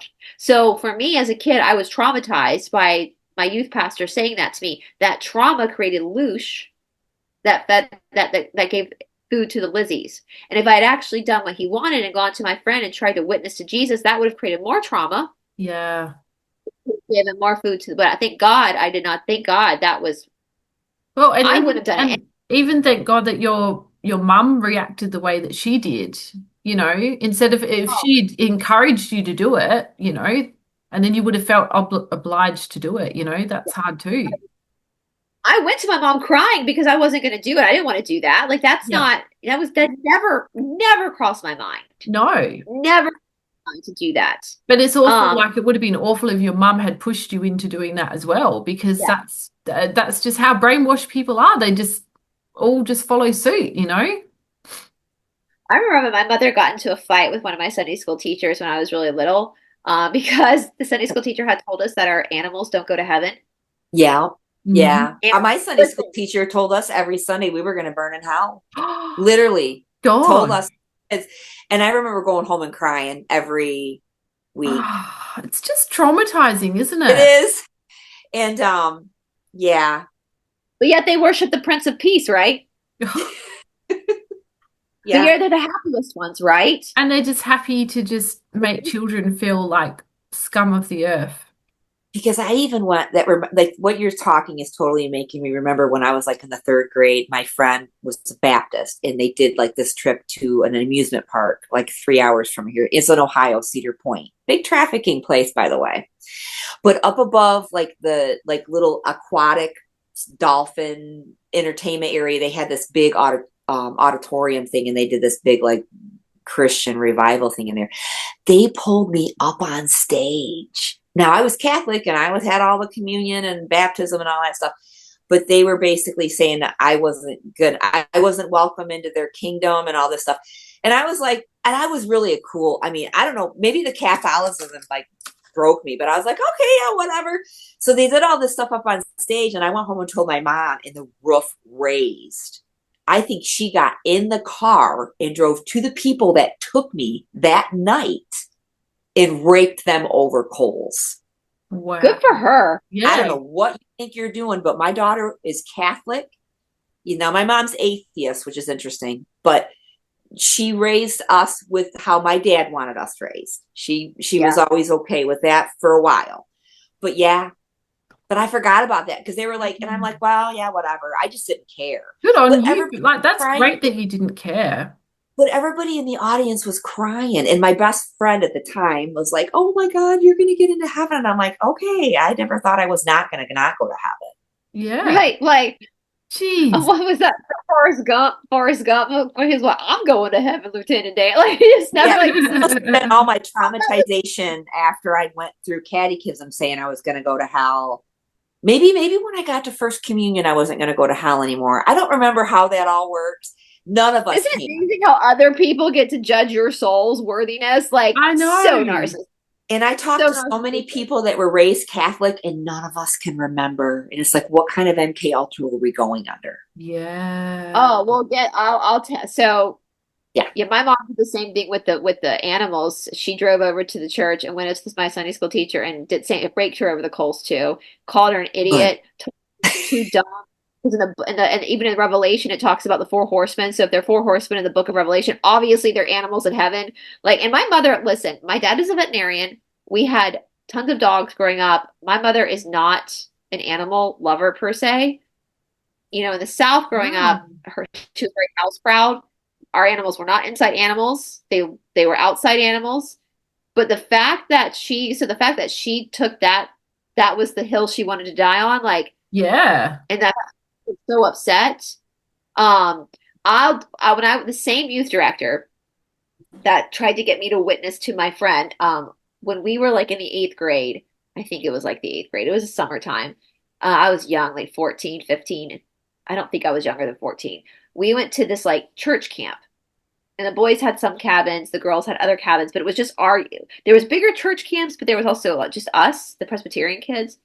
And so we were at Camp Laney. They had used Camp Laney, this boys' camp, for this event. And the girls stayed in one cabin, boys stayed in the other. And then we would go to the dining hall, and he would play his guitar at night. Like he's some fucking thought it was Bon Jovi. I don't know. You're singing to a bunch of 14-year-olds. What are you doing? Like, Yeah. like you're a fucking weirdo. Like, I'm sorry, youth directors, you're weirdos. Why do you want They to hang out are. with teenagers? Like, that's weird. That's creepy. Anyway, but he's playing his guitar. And then he decides he's going to do we have this talk, this exercise. They lock all the doors. It's already dark out. It's already late. So it's the last thing we're doing before bed. And they decide that we're going to have to go confess to each other bad thoughts we've had about each other. What? Now, there was this divide in our youth group because we had the private school kids, which is one of me, and then public school kids. And it wasn't like a necessarily like a snobby divide. You're just naturally going to go hang out with the kids from your school. Yeah. Like Because that's just spend who all you day feel with. It's comfortable with. not like you're judging the public school kids or vice versa. You just spent all summer in chemistry and biology and English. Like these are the kids you go to school with. So you know these kids on a different level than the kids you only see at church on Sunday school, Yeah. like once a week versus the kids you see every day. And a few of my friends, we immediately knew that this was not okay. Like this is causing problems. Yeah. There's It's not inside helping. thoughts. It's not helping. So my friend and I decided to try to leave. We were going to just go to bed. Wouldn't let us out. So we went and sat at one of the tables and we're like, well, we're not doing this. So we had to sit there and have other kids come up to us and tell us all the bad thoughts they'd had about us. We didn't respond. We didn't tell anybody any bad. And I'm proud of myself for that. I was like, I'm not participating in this. I'm not going to hurt somebody's feelings Mm-hmm. because this weirdo who's obviously got a weird sexual fixation on children because CPS got involved after that because of some weird shit going on. So obviously there was something weird about this, and that Yeah. was a dominant. That was not about forgiveness. No.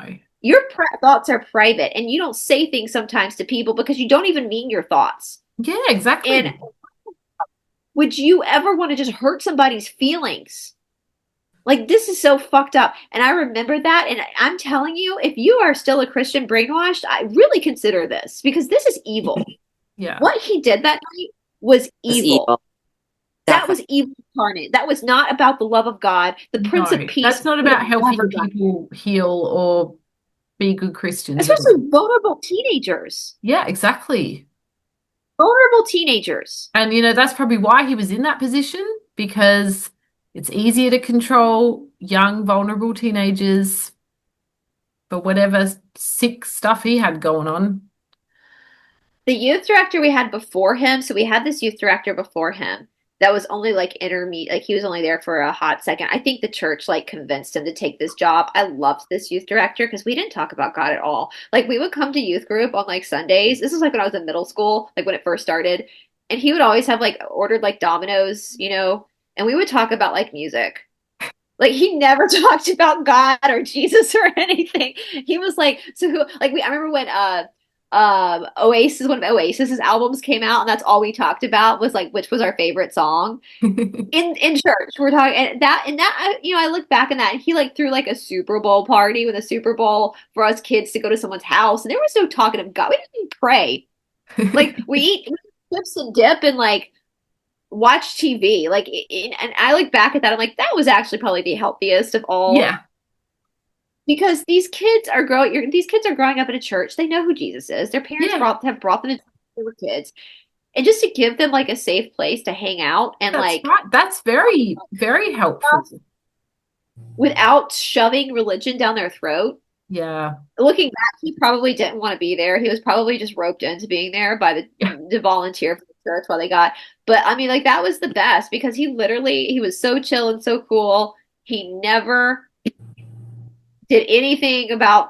I don't even think we had Bibles in that room, to be honest with you. Like it was never no guitar was played. There was no sing along. There was no extra. We just literally like talked about Oasis and ate Domino's and chips and dip, and that was it. I think he even had like one day. I remember we had our books that were like doing homework, and he would like help us with our homework. Like it was like glorified babysitting basically. Yeah. So yeah, it's fucked up though, isn't it? I think these youth with the youth director that CPS was called on, instead of the church like firing him, they just transferred him to another Presbyterian church in another state. That's very, that just like the Catholic Church, moving They their protect their around, covering it up.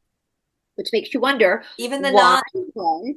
Yeah, I mean, why would a church cover up for somebody who's done a lot of inappropriate things?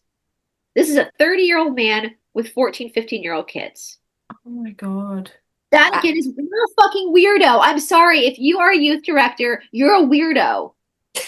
Why do you want to hang out? I don't care if I with hurt your kids. I have no desire to hang out with kids. And my friends have kids, and if I meet my friends and their kids are around, I'm nice to their kids. I talk to their kids, but I have no desire to hang out with kids. I will go with my nephews and nieces and like entertain them and take them shopping and hang out with their friends. But I'm the aunt. That's different. Yeah. I'm the Different, mom, yeah. the dad, or the aunt, or the friend, and it's a social situation where you're also their guardian. That's different. But if you're actually volunteering, if you're a teacher, it's different. Although there are bad teachers, but if you're teaching children, that's a different relationship. It should be a very pure relationship where you're just teaching a child academically. But if you're actually, I mean, youth directors don't even make that much money. Like, what perverted Yeah.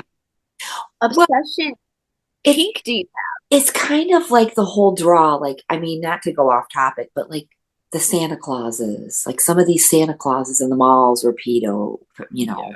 things. And these clowns, these freaking clowns.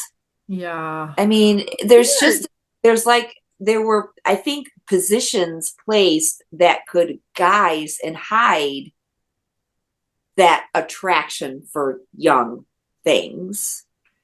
That's just my opinion.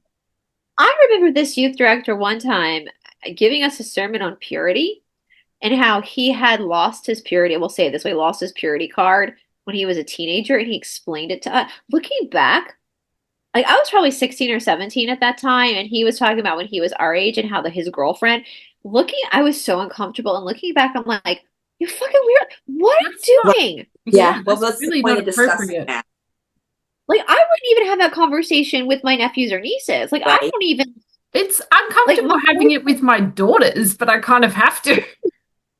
right. Well, actually, my boyfriend's funny. I asked him once, I was like, do you remember having the talk? And he goes, my boyfriend's like, I think by the time I came around, he's like, I don't remember having the talk. I think my parents just let the school tell me. Same. I think my parents just let the school tell me. I like it's because he's the youngest of three. I think by the time he came around, they were like, And I don't think sex ed You'll was figure it always out. in school. I think sex ed, I don't know if it was always in school. We had it in school. Yeah, I had it. I graduated in 93, but it seems like kids like when my dad went to school, like 50s and 60s and 70s, I don't necessarily know if sex ed was part of the curriculum. Because when I was coming up, which would have been in the late 80s, early 90s, about that grade, they were just starting to implement it in the school I was in. But my parents taught me about it too. My mother sat down and she did not explain the mechanics of it all. Like it was a Christian, I remember she had like a picture book, like a Christian like book to read to us about how babies are made. And that's basically how it was explained. But it was just pictures of people in a bed with like blankets over them. So it never explained like the actual mechanics of it. Like that was never explained to me until I was in school. I literally for a long time thought it was just rolling around naked. Like I didn't know because rolling the hay. They did. I just thought if you kissed a boy, like I didn't, and you had to be married, like that magical. You had to be like I didn't. Yeah. Nobody explained when I was that young the biomechanics of how it actually happens until I got to my 8th grade year, and I was like, I remember just being so grossed out because the first thing you think is like your parents, and you're like, right. It's like, which is important. Why children shouldn't be exposed to confused things. Right, and for children to experiment, I know parents want to monitor that, and they should to an extent, but if they're experimenting with kids their own age, that's different. Than when they have a youth director who's 15 years older telling them stories. That's inappropriate. Yeah, that's very inappropriate. That is inappropriate. There's a huge difference between a 15-year-old and a 30-year-old. Now, a 35-year-old and a 50-year-old, not that much difference. My boyfriend's 11 years older than me. But when it's 15 and 30, yeah, that's huge. That's inappropriate. That's just gross. That's gross. And girls at that age are developed. They're beautiful. Their bodies are perfect and everything's perfect and stomachs, thick hair. Beautiful thought. I mean, beautiful figures. The pride of your life. And so for a 6-year-old man to be explaining that experience to 15-year-old girls, that's perverted. It is. Weird. like looking, I was uncomfortable then, but I was still very naive and innocent. Looking back on it as a 42-year-old woman, I'm like, Wow. Yeah, it's a whole nother level when you look back at this age. It's like, I've really these last child that is. the I could last have, 2 years, yeah, my life, looking at my life in a reflection has been so evolving for me and so eye-opening because it was in our face the entire time. yeah. oh, so I remember so when in my school, so that was a big disparaging thing again between the private schools and the public schools. We had at my high school, the upper school, as they say, we had like mandatory after school activities. We had at least 8 hours worth of homework every night. It was very I think there was a lot of academic abuse going on. But nonetheless, when we got to high school, we couldn't go to Wednesday night church anymore because we were obligated to be at school and we had all this work to do. So we would only go to Sunday, the private school kids. So the youth group got very small. It was only the public school kids because of us Darlington kids had to be at school. And our parents were fine with that. That's just how it was. Wow. One Sunday, this particular youth director gave a sermon to us in youth group about how the Darlington school kids were going to go to hell because they were prioritizing their school over the youth group, meaning over him. What is wrong with people? This is the same dude. So this dude, I mean, I'm thinking like looking back, I'm like, why didn't no wonder CPS got involved? Like this guy was probably needed to be in prison. Yeah. Like he probably But they probably just moved him to some other place. he went to Alabama. Bob, we're going to promote you over here. Yeah. Yeah, he would also, it was very academically challenging, my high school. We had these free periods where and all the kids would go to the library during free period. You know those desks they had with this was before like computers where we would do homework at these desks. So my youth director started coming on campus. Now it's a private school. It's not a public school, so there was no security system. He would just drive up, walk on campus. He would come into the library, like you would be in the desk, like studying, focused on your work for your private. He would take his t-shirt and then put it over your head. What? So you were between his hairy belly and you would be sitting there trying to like do your calculus homework, freaking out because you have a test and you're overwhelmed anyway as a 16, 15, 16-year-old trying to do this overwhelming academic work. And this guy was coming onto campus and doing that to the youth, the kids who went to my church. Putting his t-shirt, so he'd come up, he'd put the t-shirt over your head so that his hair, remember he had a hairy chest. Ooh. And he had a t-shirt on. It was a private school. Appropriate. What the freak? Dresses and guys were in ties. I mean, we had to wear like dresses and guys wore coats and ties. So we were dressed up at school. He would walk on and just come into a library and the school allowed it. What? I have no word for that. I have no words. I mean, what? He would go hang out. We had a school store, which they had like in high school. You could either go to the dining hall or you could go to the school store, and they had like fast food you could buy food. So people, when they had like a pool table, it was kind of like a little rec room. And during lunch, you could go and hang out in the school store. He would go hang out with people, and this like They just allowed him into the school to just... As a 42-year-old woman, I do not. I'm asking you ladies, we're all around the same age. Would you want to go spend your lunches in a room with a bunch of 15, 6-year-olds? No. No thanks. I've got too much to do. I'm not interested. I don't want to either. That's I have bowls to play. Yeah, that's right. What are they talking? What are they going to be? They're going to be giggling about some hot guy, and the guys are going to be oh, like this. No, like what are you doing? It's so weird.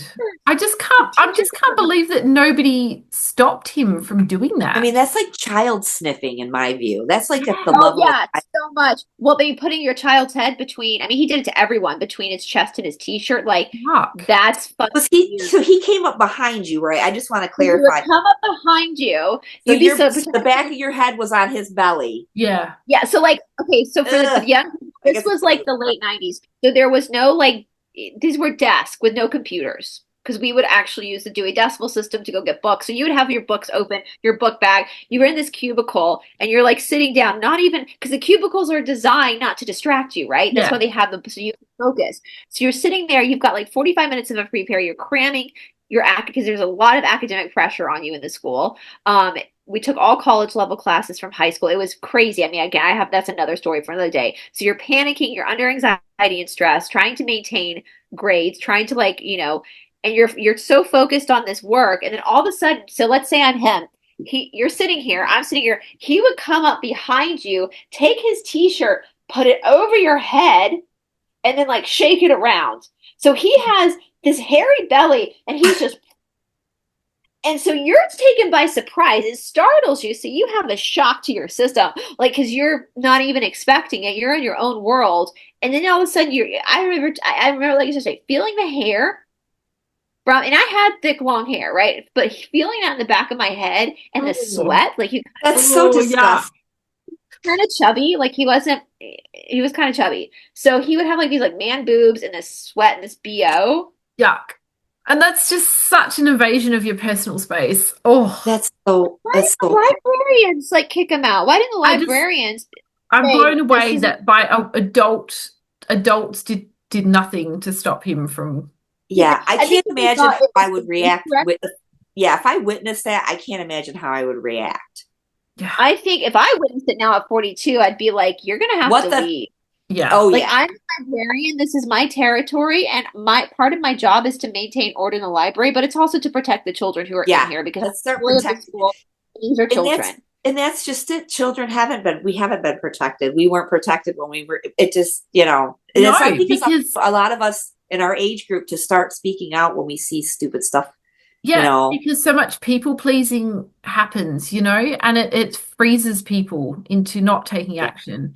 Like I loved hearing that your mum's stood up for both of you because my mum didn't, because I think she was just frozen in that people pleasing, don't rock the boat, don't, and so I think it's quite damaging when your own parents don't have your back. Yeah. So Yeah. yeah, that's just crazy, crazy. Man, I hope It's that well, guy they to be really got his protected. karma. Oh no, he is still out there. Actually, I think he follows me on Facebook. Oh, Like that's weird. Like lovely. I don't know if he's still my friend on Facebook. I remember when he sent me a friend request, and I was like, "What the Yeah, actual fuck?" yeah. No Oh, thanks, you're not. Belly. Listen, I'm in my 40s now, so you're an obvious line. Obviously, I'm too old for you. Yeah. So I guess I'm at this point. Laugh, I'm but because I'm too old for you now. So but I could have a child in high school. I'm old enough to have a child in high school. I don't, but I could, and so I would hate it if you were her youth director because I mean I wouldn't raise my kids in the church anyway, but that would be a problem with me if my and I don't know if I even told my I don't even know if we even said because the private school I went to like a lot of the day students we all had grown up together. Our parents were members of the same country club, so we spent the summers together at the pool. A lot of us went to the same church, and now I since learned, I didn't know this then, that Presbyterians typically are a wealthier congregation. That's very Yeah. typical of Presbyterians are wealthier very usually, and I didn't know that until as an adult. So that makes sense as to why a lot of the kids in my class who are day students, we all went to the same church too. Yeah. Looking back, I'm like, yeah, every person at my church, every dad was like a doctor or a lawyer or a business. Like that makes sense. Hmm. Um, that makes sense that they kind of hung together. And while the kids, there was a huge like majority of the kids in the Sunday school programs were private school kids. Yeah. That obviously affected the Wednesday night program because once the high school started, he only had like three kids, and because the rest of us were at school. Clearly that Um, wasn't enough for him, so he had to come so harass he the had to. school. That's the problem with the private school too. I know public that would never have happened at a public school, right? Because you would have to go through the front door. You would have to go in through. They would have to check you and give you a visitor sticker. But in private schools, people can come and go when because that's it's a when yeah, Mm. private. Oh wow, I don't know. They just see. I grew up in a school that was open. My nephews went to a private school. It was open, so I think yes. there's more Yeah, no, guarded school public is something that's schools, happened in the last 15 years in my area, anyways. public So I schools, never I mean, I've experienced worked that. I've worked in public schools as a teacher's assistant, and yeah, you got to sign in, you got to sign out. Wow. Yeah, You Yeah. don't have to and do the that. gates are locked up. You can't get in except through the front. You Yeah. didn't have it have gates. If you just drive out, and I mean, if a student was going to leave early, they'd have to go to the dean's office and sign out. Yeah. But they were always with their parents, so they knew that they had to sign out who they were leaving with. But that was just because the school was responsible for, if a student went missing, they needed to know. But it's not like the school couldn't let you leave. They had to let you leave. It was a private school. Your parents came and got you. Like they had to let you leave. But parents could come and go. Sometimes parents would come and have lunch with their kids. Like it was not there was no one Oh, guarding who would So this guy would just come on campus and just gallivant around the campus. And I remember like I would see him down. We had lots of like we had a lake with swans on it and like very pomp and circumstance. But you would see him and he wouldn't even be he would be dressed, he wouldn't even be dressed the part. Like he would stand out like a sore thumb because he would have on like Umbros, like sports shorts and a t-shirt when everybody else, all the kids were dressed in coats and ties and because we had to dress up. And the teachers were dressed in coats and ties and dresses, and he'd be out there like some cool kid. It's like he was playing out some fantasy of being the popular kid in high school, is what it felt like, even back then. And at my school, there really wasn't that. There really wasn't like cliques because we were all fucking stressed out all the time with academic work. And it was so small that no one really, we all knew each other from the time we were kids. So it wasn't like that stuff didn't really exist in my school because no one had time to be in a clique. So it was like, anyway, it was just weird. This has been a fun episode because we just really got personal. I gotta go to bed. I know, I gotta go to another show soon. But that was fun, Jennifer. You gotta come back and do this with us. If you guys have any questions about sound healing, make sure to ask Jennifer down in the comment section below. Make sure you do subscribe to her channel, guys. Again, all those links will be down in the description box below. Yeah. And if you're welcome to send me an email if you have any questions about anything or if you're interested in the sound healing or have questions on any of it. Awesome. And all that contact information, is that on your YouTube channel? I can't speak, Jennifer. Yes. It'll all be there. Okay. I will put that make sure everything's added there. I gotta probably look that over real quick. But I do want to read something out of an Edgar Cayce book that you two ladies may find interesting about exercise and disease with the body. Yeah. It's I got my old school Edgar Cayce book here. So it says here, we have to search our inner selves for the real source of our disease or physical health, for these are a reflection of our spiritual self. The Edgar Cayce physical readings often suggest that spiritual help was more needed than physical application for healing. Actually, health is the result of both past and present lives, as in this case. And then it goes on and does a reading, which I won't go to. But I wanted to just specify how he was specific about how we aren't getting enough spiritual healing. Yeah. Wow. And it starts in the body. I love Cayce. Yeah. The body's the Shakti of the soul. It's the representation of the soul and physicality. And so that's our number one priority. So, all right, you guys. Well, this is one more quick thing, because I know you've been doing the Egypt, America. What if, because Tartaria is so baffling, correct? Yeah. What if some of our Capitol buildings were buildings from Atlantis? Oh, I believe that. I think a lot of the Tartarian buildings are Atlantean. Because it's like if you look at like the domed buildings, which is of course the capitals and things, but then you've got like our big cities, which are a completely different architecture. So I'm like, what are the difference in the timeline? That's just been my own little thought process. Yeah, I think that's why the darkness can't create anything. It can only invert from the light. So that's the reason why. I know the Cassiopeians say Washington, D.C. is a fourth density entry point. I believe that. It's so, We don't want to get rid of DC, guys. We don't want to burn it down, drown it. We want to. In these stupid texts I get say that, and I'm like, oh my god, just don't know that enough of our beautiful architecture has been destroyed over millennia. Just please don't destroy anymore. And how clever they're getting you to continue to destroy it. Mm-hmm. You're destroying that your own ancestors built for healing. Crazy. You don't know how bad I'd like to go into one of those and be like, to amplify, how much that would amplify. Yeah, some of that those would be buildings. If you think you're awake and can't be deceived, you're the first person that's going to be deceived. Yeah. Right? You have to be aware of deception everywhere and be humble enough to admit that you can still be deceived. Please don't go destroying these old Tartarian buildings, no matter if the cabal has taken them over, because those are ours and we want them back and we can fix them. Don't destroy them because they want you to destroy them, because if they can't win this game, they're just going to stand up and turn the board over anyway. Exactly. So don't help them do that. Don't help the Lizzies. Most of the truthers are actually right where the Lizzies. They sure are. They're right where the Lizzies want them to be. Moldy like putty. Yeah, exactly. So, all right, you guys. Well, this was so fun. It was great to see both of you. Absolutely. You guys remember, if you want 20% off your first 6 months at the Esoteric Academy, use Jennifer B for 20% off And we look for you can get to know Jennifer even better over on the Esoteric Academy, you guys. Thank you. Our next exercise class, for those who want to know, our live exercise class, we just dropped a new somatic shaking healing class that's new. Gonna do that today. Oh, I can't wait to see how you like it.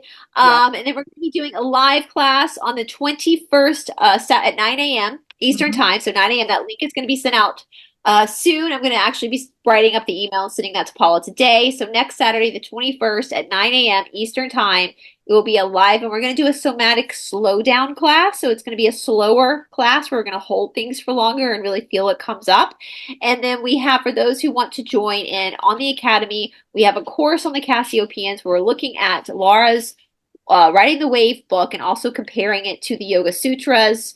And we're going to be doing a roundtable discussion about the first 3 chapters of Laura's book, Riding the Wave, along with combining that with the Yoga Sutras.